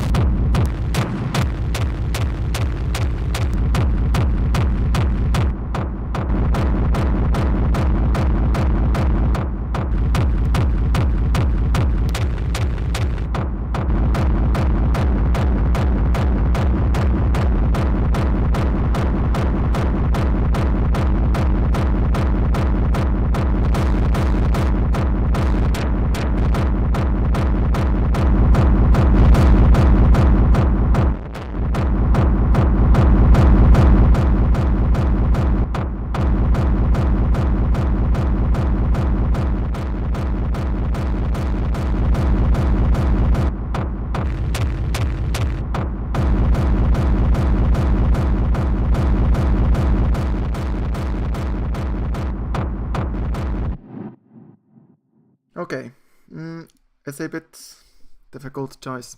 The saturator creates a nice texture to the kick sound. It enhances the whole kick sound great, but in exchange, because of that, the beginning of the kick drum sounds very weak. It doesn't have that punch anymore.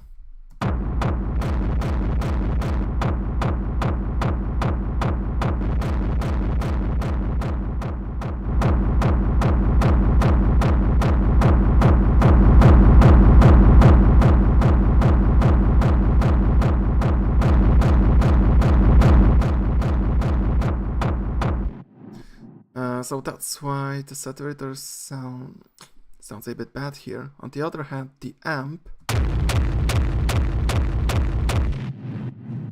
depending on the settings, allows me to keep more of that punch and aggressiveness in the beginning. So probably we will be using the amp now. The only problem with the amp is that usually if we are using guitar amplification effects, so this could be, yes, the amp effect, or I don't know, the guitar rig from Native Instruments. Usually there is lots of equalization that follows later the kick drum creation. But still, it's worth it to use the amp because it enhances the sound greatly. As usual, the final sound of the kick will depend on this equalization here, but also on the amp.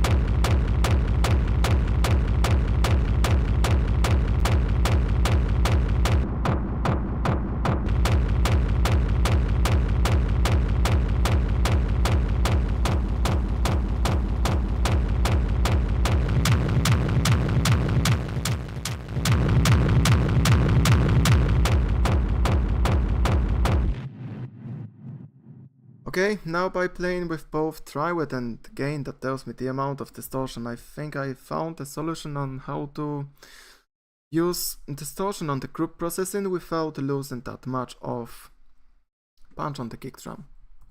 Now we will simply use a triwet knob to get that effect.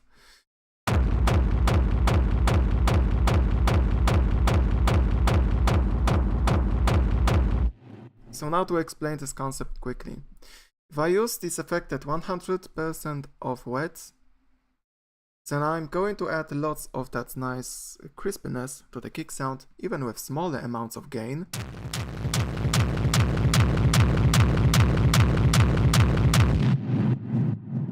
But when the beginning of the kick drum doesn't sound that punchy, it doesn't have that much of a power. So instead, I am bringing down the triwet, because the kick sound without the amp and the EQ is punchy. So if I use the triwet on the amp, I'm going to preserve that punch, but in exchange I can turn up the gain even more.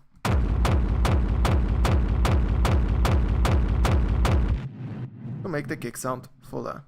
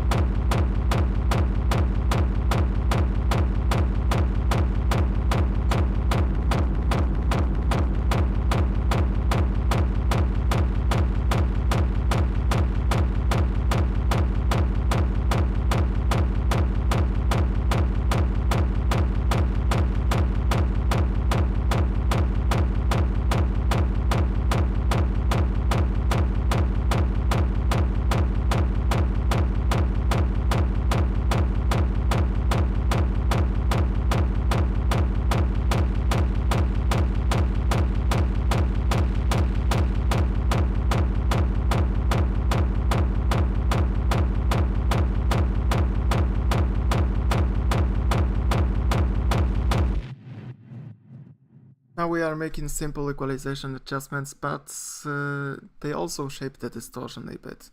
You could hear that when I was using the bass knob, I didn't only make the kick drum more deep or less deep, also the sound of the distortion itself changed.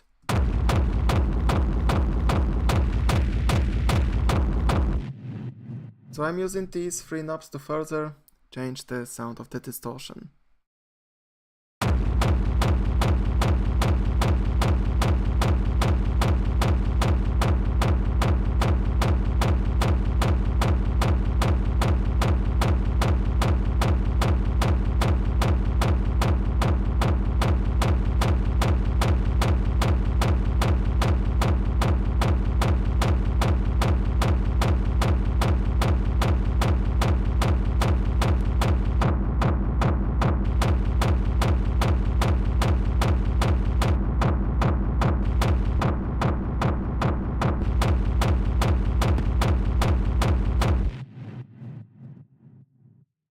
And the group distortion should exactly enhance the kick, just like that.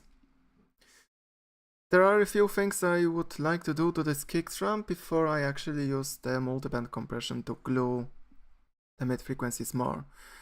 But first, once again, I will make sure that the individual elements of the kick drum are loud enough, because it might turn out that I need to make this punch element a bit louder to make the whole kick drum hit more hard. But also, there is still quite a lot of mud and boxiness inside of the kick drum, and it means we will want to return a bit to the equalization of individual kick elements. Probably most of that mud comes from the rumble sound I have exported half an hour ago.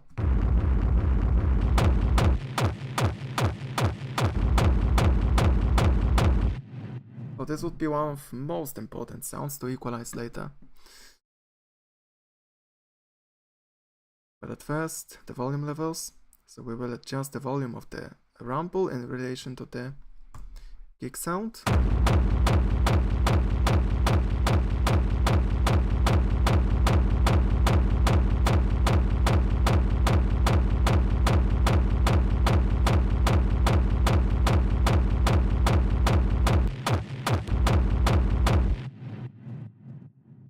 Coming back to the distorted reverb.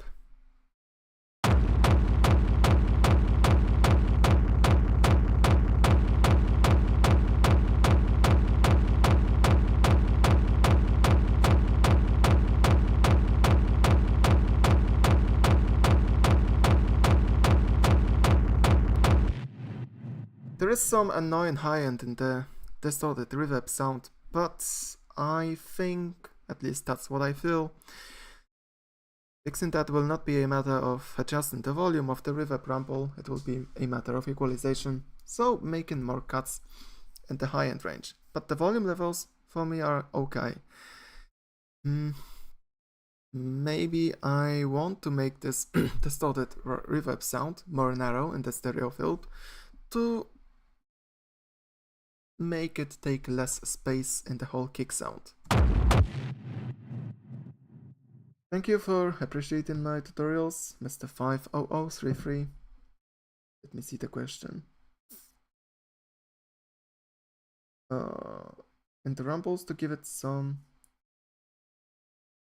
Instead of using samples to add more noise onto kick sounds or to the rumbles, I prefer using more distortion effects. The amp can add lots of crackle in an easy way, but I can also recommend trying out the erosion or redux whenever adding more noise on the kick drum is necessary. Let's try quickly using the redux on the group processing. I will place it before the amp sound.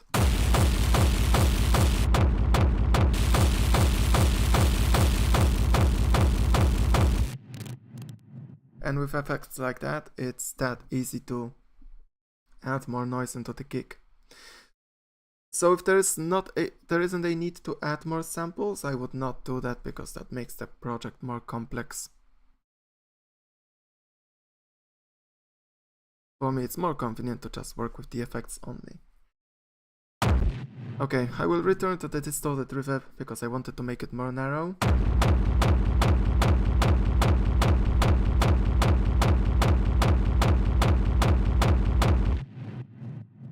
That's fixed. And we wanted to make some cuts in the rumble export sound because I've been talking about some boxiness that remains.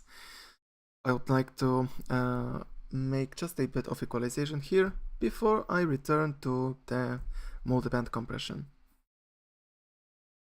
There can be a question whether I want to make cuts in the mid-range on the equalizer that is before the saturator or after it. I would say that honestly, I think both would be equally fine. Typically, I would say that adjusting the equalizer before distortion could change the sound of the distortion itself. So that's why I would like to try working with the equalizer that is after the saturator. But now, with the group processing added, well, this equalizer could change a bit the sound that is coming from the amp and the group saturation.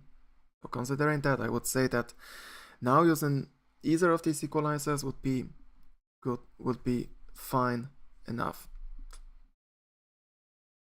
But still, I'm going to try to not change the character of the kick that much, so I will use the equalizer that is after the saturator here.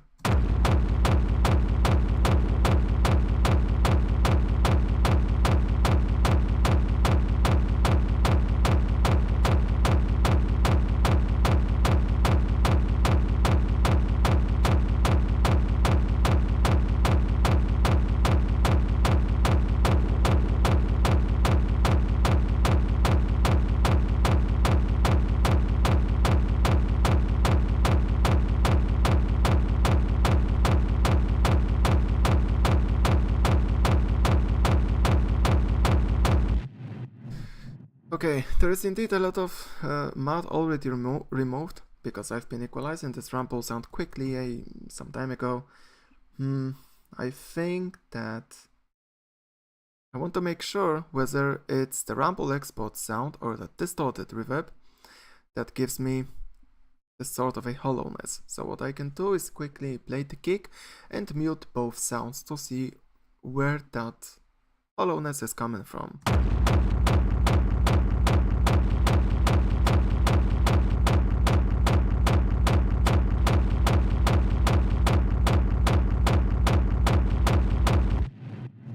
Okay, it turns out that I should equalize the distorted reverb more.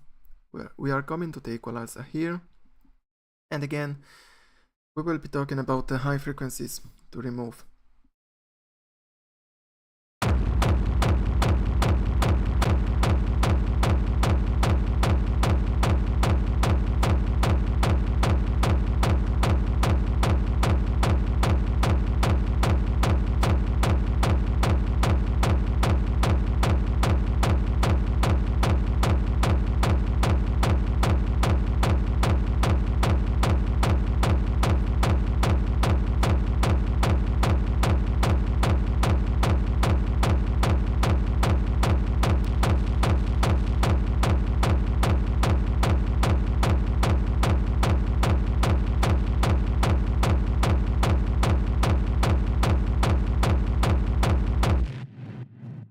Maybe something I could say about the equalization right now is that don't be afraid of using large equalization moves. This is a kick drum sound that is passed through many distortion effects with rather extreme settings, which means that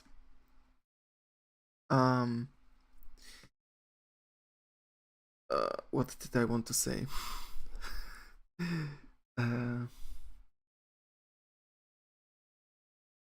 Which means that equalization now is more a part of a sound design process rather than mixing. When you watch some tutorials on equalization on YouTube, or maybe some mixing tutorials on YouTube, someone could say that if you boost or cut some frequency range by more than 4 or 5 decibels, you have to either change the sample or reduce the amount of distortion or something else like that. It's not some rule you have to follow. Because of so many distortion used here, it's natural to also have in sound some resonances, some hollowness. That is also going to be very loud because the amount of distortion used is large. To get rid of that large hollow sound, or to get rid of such loud resonances in the kick sound, we might also need to use extreme equalization if that's necessary. So if at any point you will see me using 12 decibels of attenuation, it means that we simply have to do what's necessary to get rid of some resonances on the kick drum.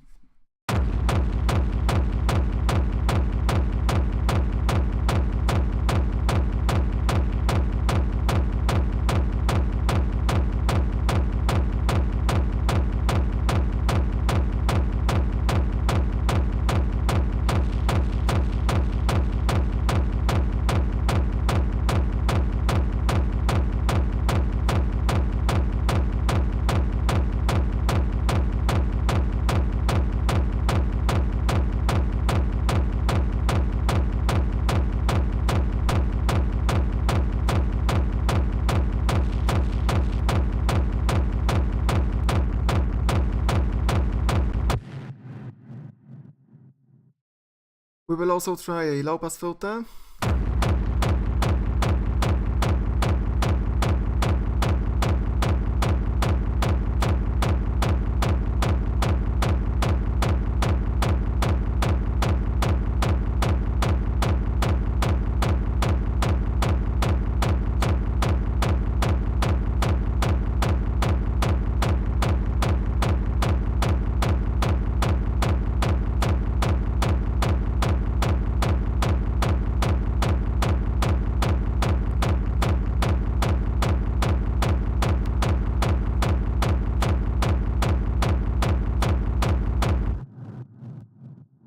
maybe let's do 1 or 2 more cuts here to clean up the mid-range.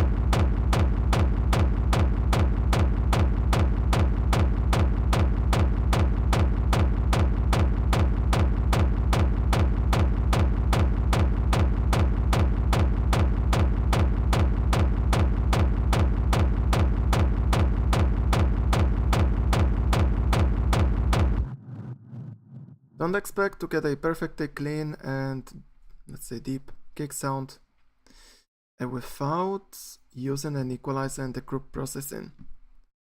Again, all these equalizers I'm using right now precede the final amp distortion effect.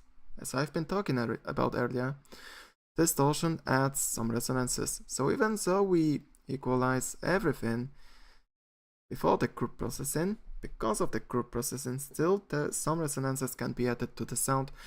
So that's why it will be necessary to use a equalizer after the amp. But before that, I guess I will try to glue the kick more with the multiband compressor. At first, the global settings, let's set the compressor mode to peak, and also let's turn off the softney.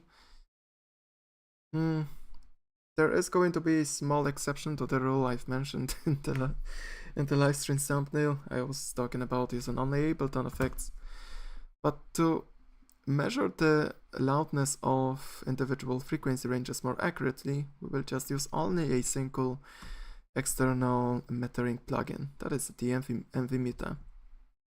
I will want to precisely hear the change in the dynamics when I'm using the multiband dynamics, so I have to make sure that the mids or lows are equally loud before and after saturation compression. This is something I can get only by, well, using an average volume meter, like the MV meter tool. By the way, this plugin is free to download. So easy to get good results with amp. Yes, depending on the kick sound we want to get. If we want to have lots of distortion added to the kick drum, if I want to get a very crunchy kick sound, indeed, with the amp it's easy to do.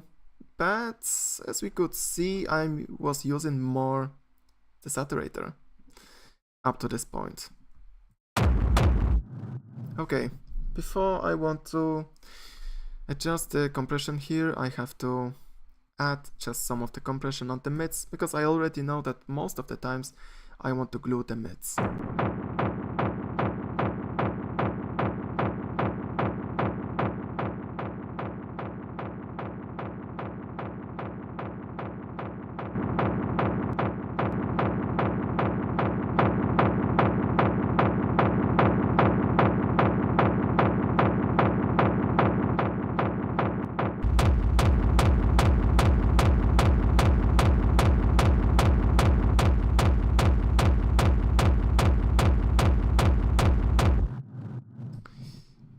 I can see on the mixer that I'm slowly getting to 0 decibel ceiling. Let's give the kick drum a bit of headroom. I will use an utility before a multiband compressor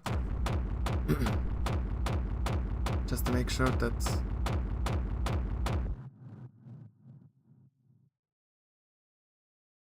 okay, we will make it like that. -7 decibels instead of -10. Okay, I will return to the compression, and as you will see,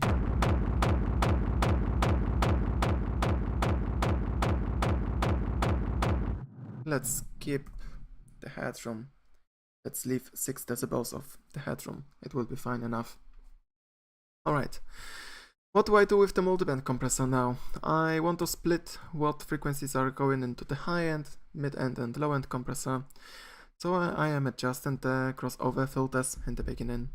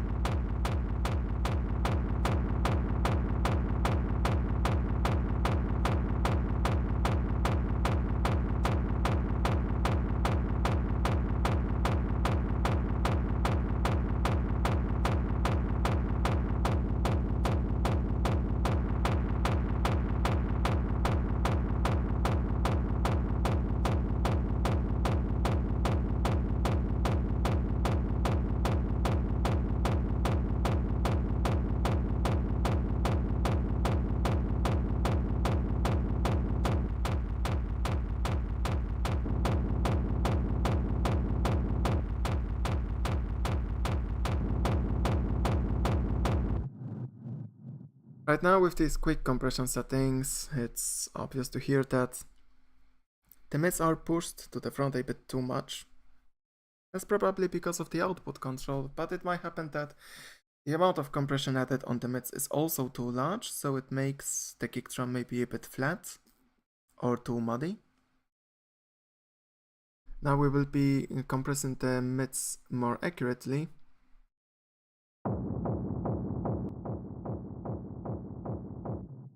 I want to write down the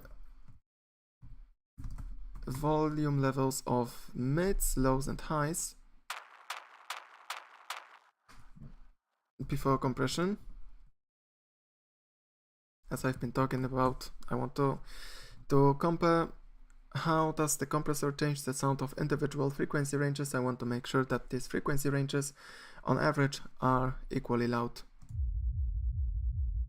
By writing down the volume levels in the title bar, I avoid measuring the loudness each time I want to compare the result of multiband compression. Now I just have everything written down on what should be the loudness of each frequency range after compression.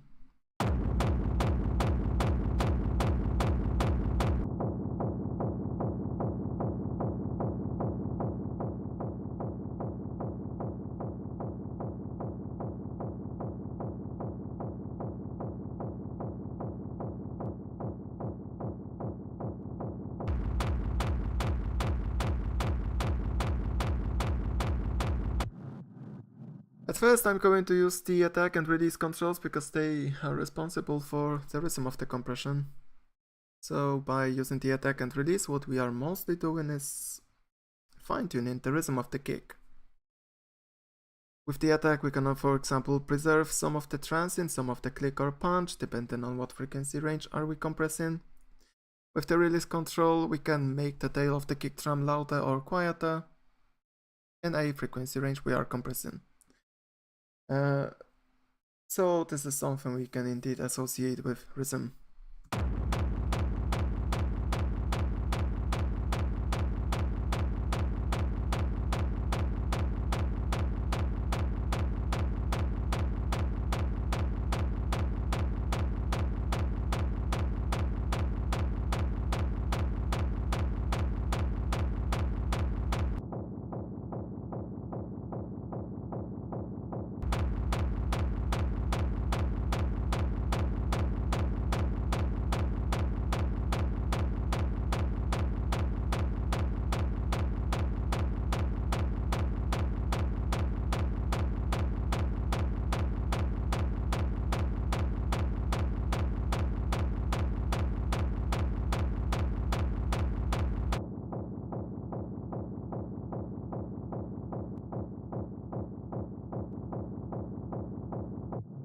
So far the mids are just slightly glued. Let's turn on and off the mid compressor, the whole multiband dynamics effect.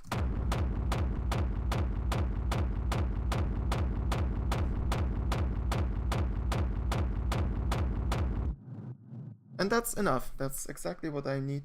Of course I'm going to try compressing other frequency ranges, but the point is that a multiband compressor is not something that is going to magically fix your kick drum if all the individual elements of that kick drum simply sound empty. But because we have used so many distortion on individual kick drum elements, each of these sounds, that is the distorted reverb, or the punch kick of the sound, or the rumble itself. Well, once again, let's preview everything. That's the distorted reverb. That's the punch kick of the sound. And that's the rumble. Because each of these sounds sound full on their own, it's later only a matter of gluing them together with multiband dynamics. If I didn't use enough distortion in the previous sounds, the kick would not sound that good even if I add a multiband compressor. That is also the reason for why we are using this almost in the very end of the processing. Because what's left after using a multiband dynamics effect is to equalize the kick drum in the group and equalize individual kick drum elements more precisely. I've just adjusted the attack and release parameters of the mid-frequencies compressor. Now it's time to think of how much compression I want to add on the mids. Maybe I will want to use just a bit less of what I have now.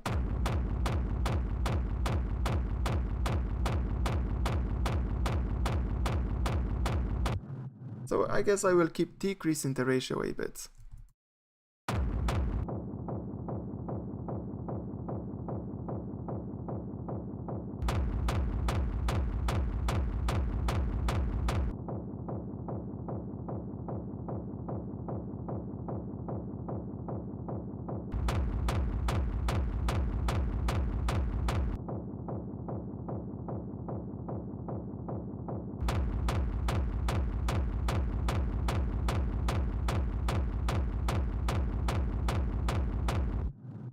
And that's how I will compress the mid frequencies. The mid frequencies compressor is already adjusted.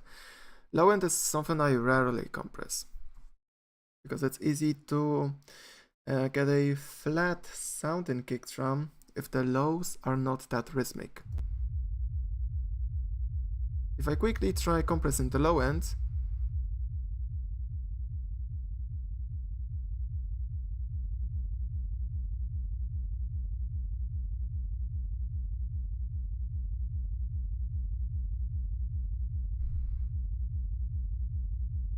maybe let's add a bit more of that compression to exaggerate the result a bit.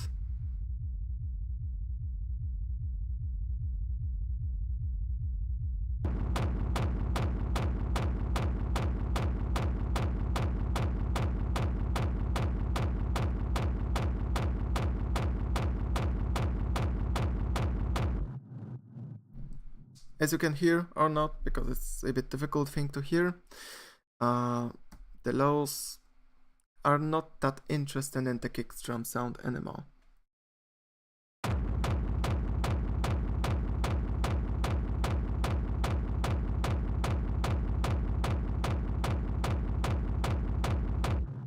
But again, because I like to experiment and try a lot of things out, I will mess around with the low-end compressor just a bit more. And if it will turn out that I don't need to compress this sound, I will just turn off the low-end compressor and move on to the high-end compressor.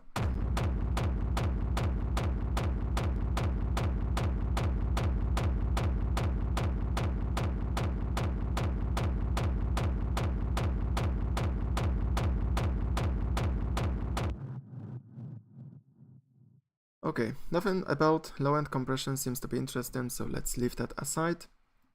At last there's the high-end. Now with the high-end compressor I can either make the kick drum more clicky in the beginning, or I can make the kick drum sound more dull, depending on the sound, depending on mostly the attack and release settings.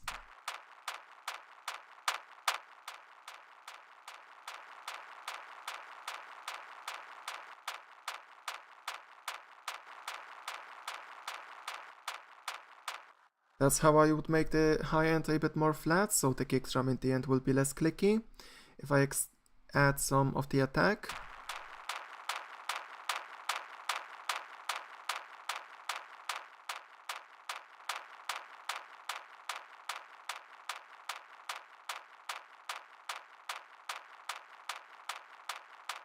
I could do the opposite, that is to add more click to the kick sound.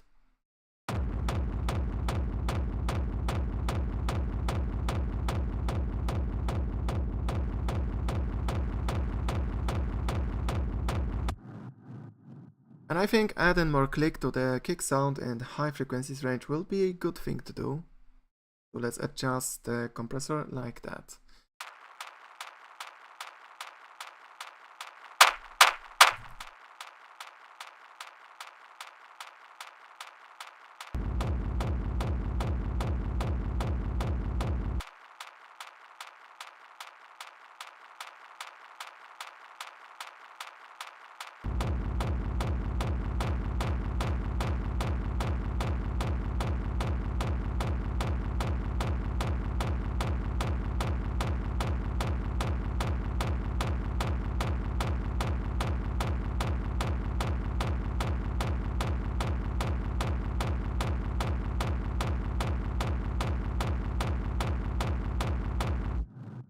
I know that the kick drum sounds very hollow now, it sounds resonating.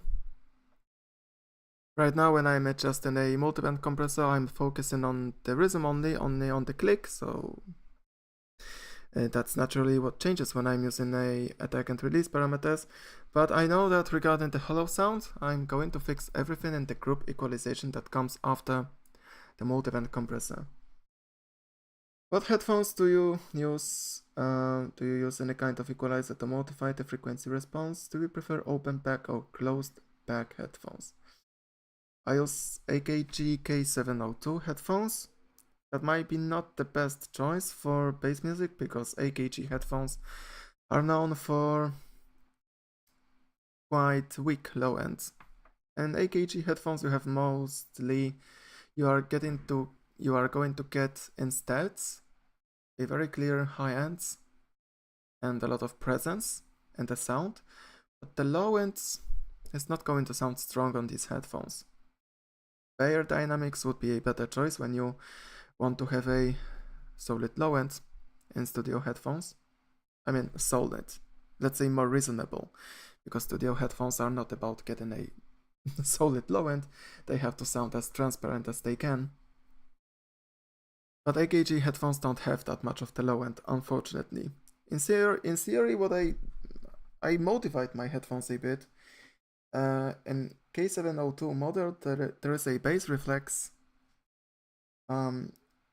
feature that's, let's say, oh my god. Instead of the headphones, there's some sort of a bass reflex hole, but it's normally covered with a sticker. And in theory, if you take off that sticker, which is what I did, the AKG headphones have slightly more low ends. You can find a thread on the internet about that if you are very interested. There will be also frequency responses attached that show in theory how does this modification change the sound of the headphones. Aside from that, I changed the stock cable to some aftermarket one to get slightly more of a high-end presence. These headphones are open back, and this is what I would recommend for mixing, because open back headphones give you a better insight on stereo image. Closed back headphones, from what I know, are better for just recording vocals, so the instrumental doesn't leak out into the microphone. This is what you are getting with closed back headphones. If I was to buy another pair of headphones, I would have to... No, not sure. If there was an AKG model that gives me slightly more bass, I would definitely get an AKG headphones for the next time. but it would have to be a model that is really high-end one. For now, I'm still going to keep using these beaten headphones. I have them for like 4 years. Some plastics on them are already broken, yeah, but they work for now.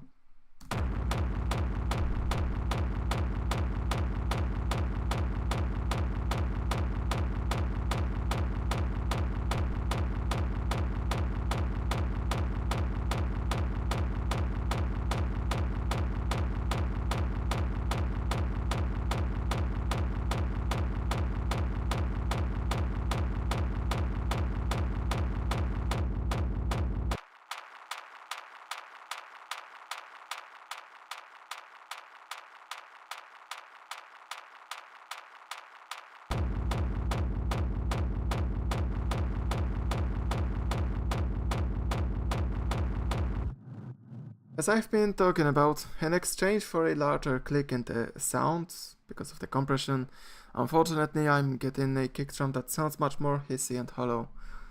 But very soon I will equalize this kick drum and we will fix that as much as we can.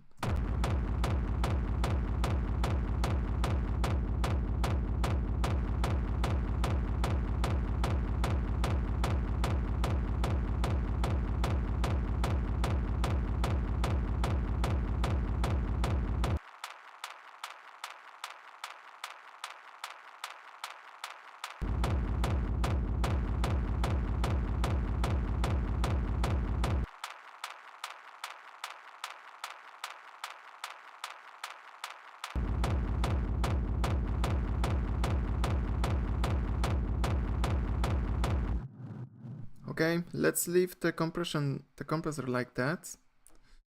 I'm going to preview the sound of the compressor before and after.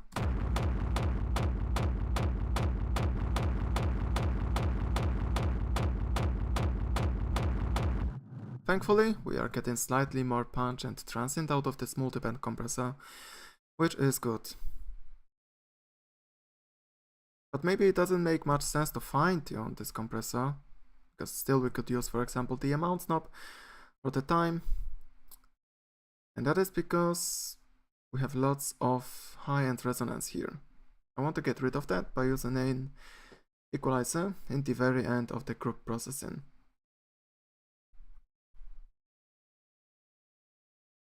I typically start with trying out a low pass or a high show filter before I want to precisely cut some highs with a bell filter. So let's do that at first.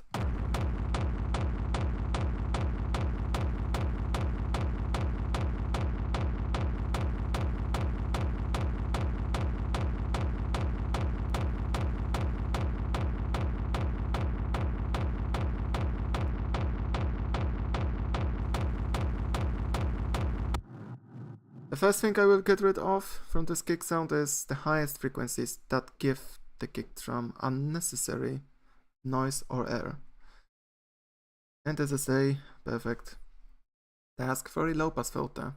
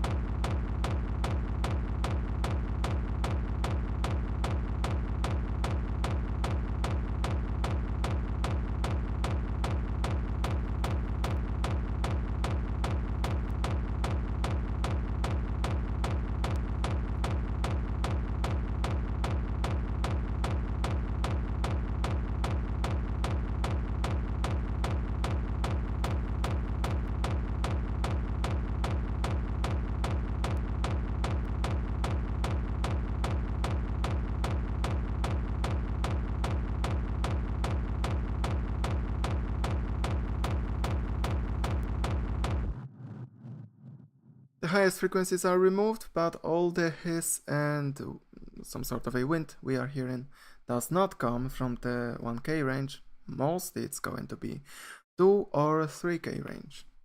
But to narrow down precisely what I want to cut, it's best to take a bell filter, just like that. Use quite a lot of attenuation. And find the frequency range we want to cut.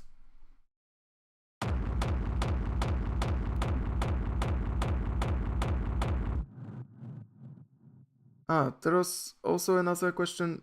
Do you use some kind of an equalizer to modify the frequency response if we are talking about some sort of a software that, let's say, adjusts or fixes the frequency response of your headphones to make them sound more neutral? I'm not using anything like that.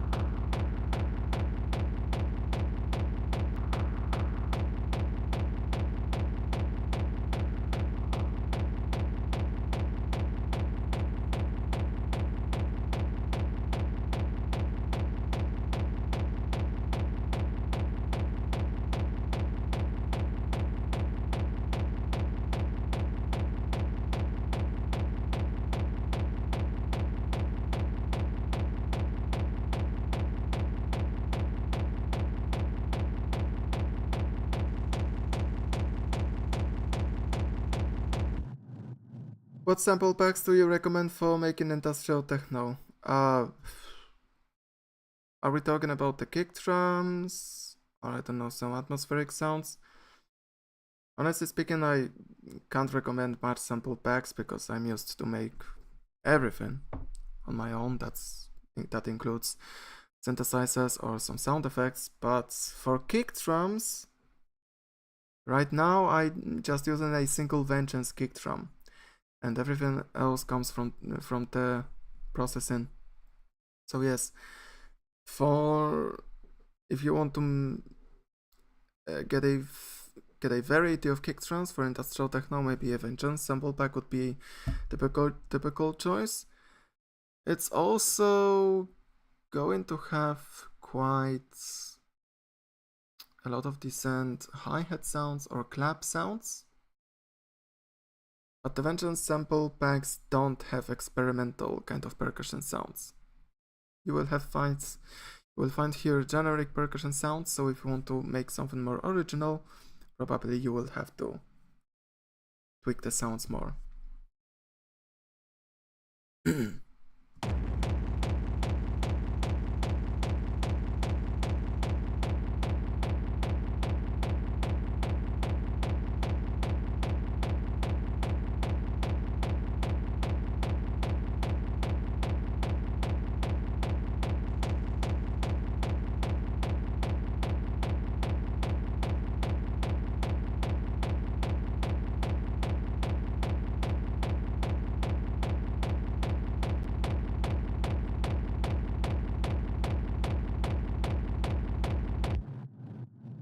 I'm referring back to what I have said some time ago about making an equalization extreme.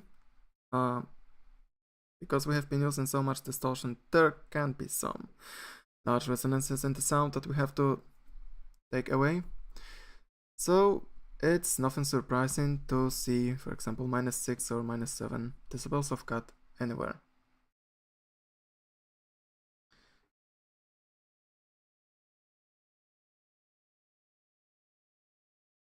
In one of your videos you mentioned finding the balance between distort and a kick whilst losing its punch. I find the same issue with rolling bassline. I don't know the track, but the same principle will apply to the rolling bass sounds as well. If a rolling bass sound is already going to have some dynamics in the volume, a distortion effect is going to crush it a bit. So yes, finding that balance is unfortunately a matter of experience. Is there a way to match screech sound so it matches with kick drum and etc.? In theory, we would have to find the key of the kick sound, and mostly that's going to be the lowest and loudest low-end frequency.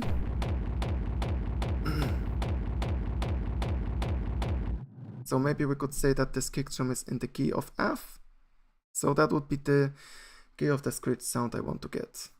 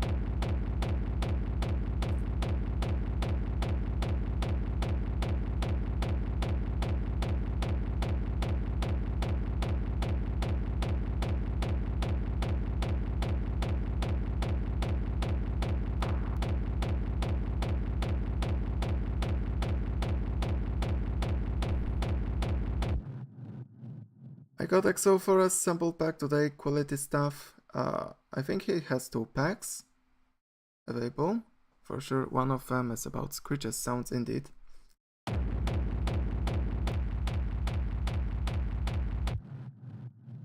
Okay, high ends is a bit tamed now with these 2 cuts. But I think I would like to make the kick drum a bit darker in general, so when it comes to adjusting the balance between the low, mids and highs, I can use the high shelf filter.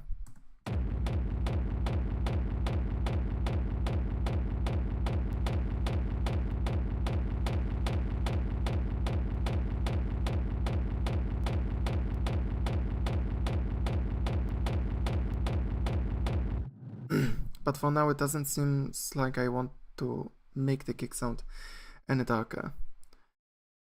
Okay, from some more obvious things, let's try making a cut with a high pass filter somewhere at around 30 Hz to add just a bit of a phase shift that could make the kick sound a bit better.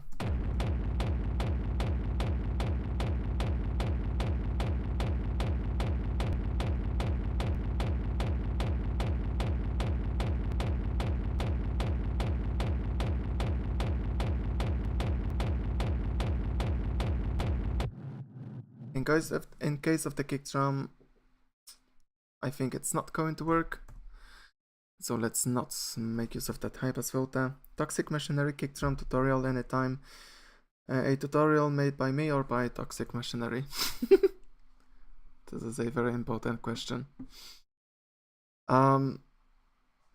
Not sure. I'm not sure about any industrial techno kick drum tutorials coming soon. Right now I'm going to make 2 or 3 sound design tutorials about maybe screech sounds or solids. That is so I can promote a bit my upcoming preset pack.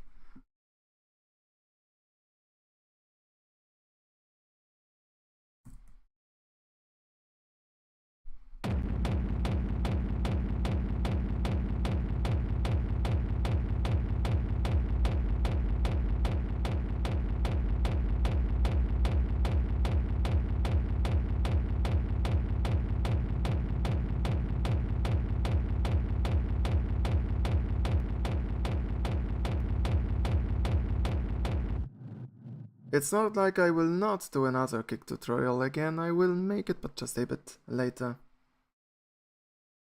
Any advice for writing MIDI melodies and inspiration for hard techno? Everything sounds too cheesy to me.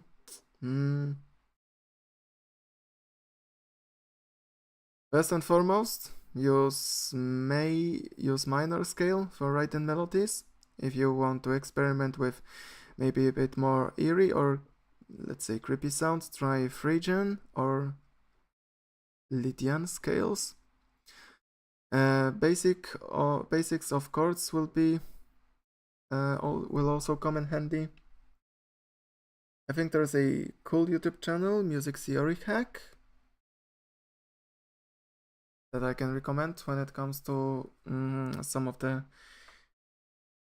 music theory knowledge. Personally, I just use the scale highlight feature on Ableton to highlight me either a Dorian, yes, or Phrygian scale, and I experiment a lot with coming up with the melodies. So if you ask me about a certain chords I use, I don't remember any of them. Whatever sounds good, I go with that.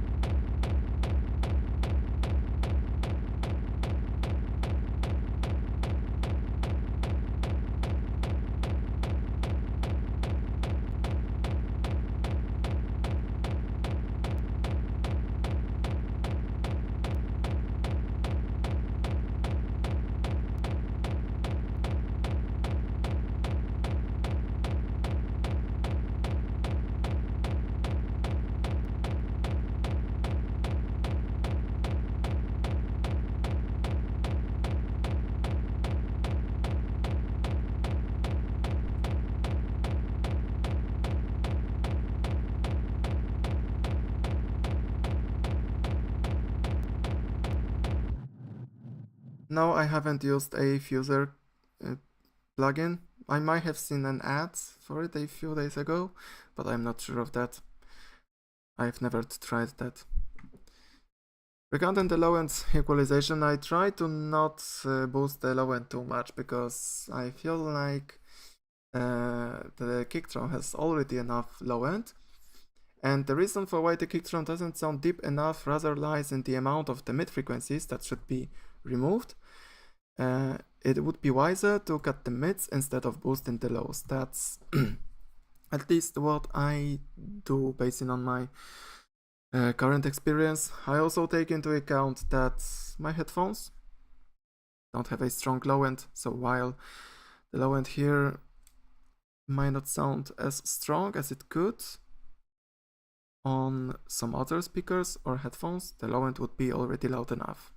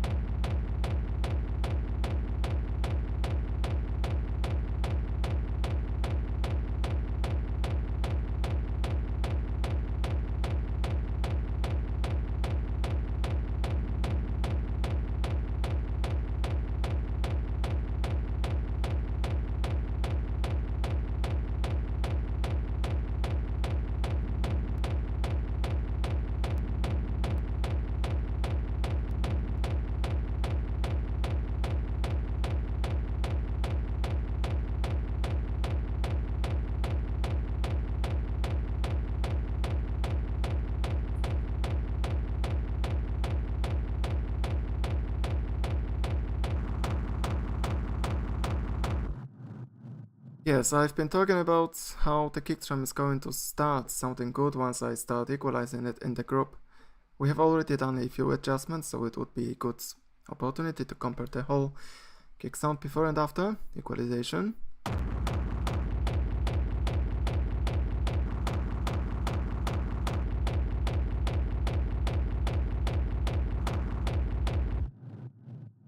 So this is how much we can change the sound of the kick. Okay. There is more equalization to be done, not only in the group processing field, but also in the individual kick sounds. To be more precise, we will be talking about the equalizer that is in the end of the processing of each individual sound. So for the exported rumble sound, I will be talking about the equalization at this moment. For the punch sound, we have an equalizer here. We should equalize this kick sound more as well, and the distorted reverb should be EQ'd here more precisely as well. So we have already quite a lot of filters here added. There may be also a multiband compressor to be adjusted a bit more precisely. Also, I'm not sure if in the very end I'm not going to add one extra saturator effect, just to make sure that we can't enhance this plugin even more. But I would like to leave it for another session. I've been working now on this kick for already almost 3 hours. So if you have some questions before I finish this stream, this is the best opportunity. Probably in the next stream we will finish this kick drum as much as we can. So I will move on to making some atmospheric sounds. Then we will be maybe working more with samples and resampling.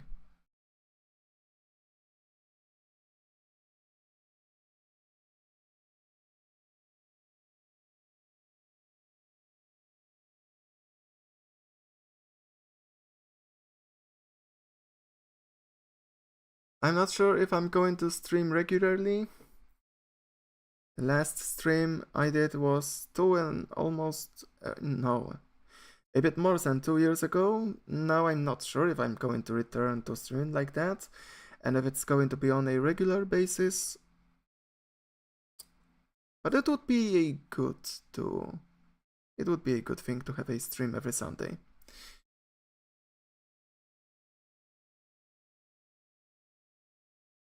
Of course, having a regular schedule would be helpful. So, for example, more people would watch the stream. So yeah, if I would like to keep on streaming like that, I guess a Sunday would be a good day for that.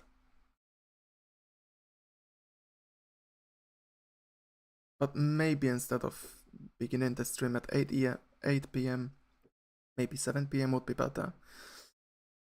Because, yes, people have to go work on Monday.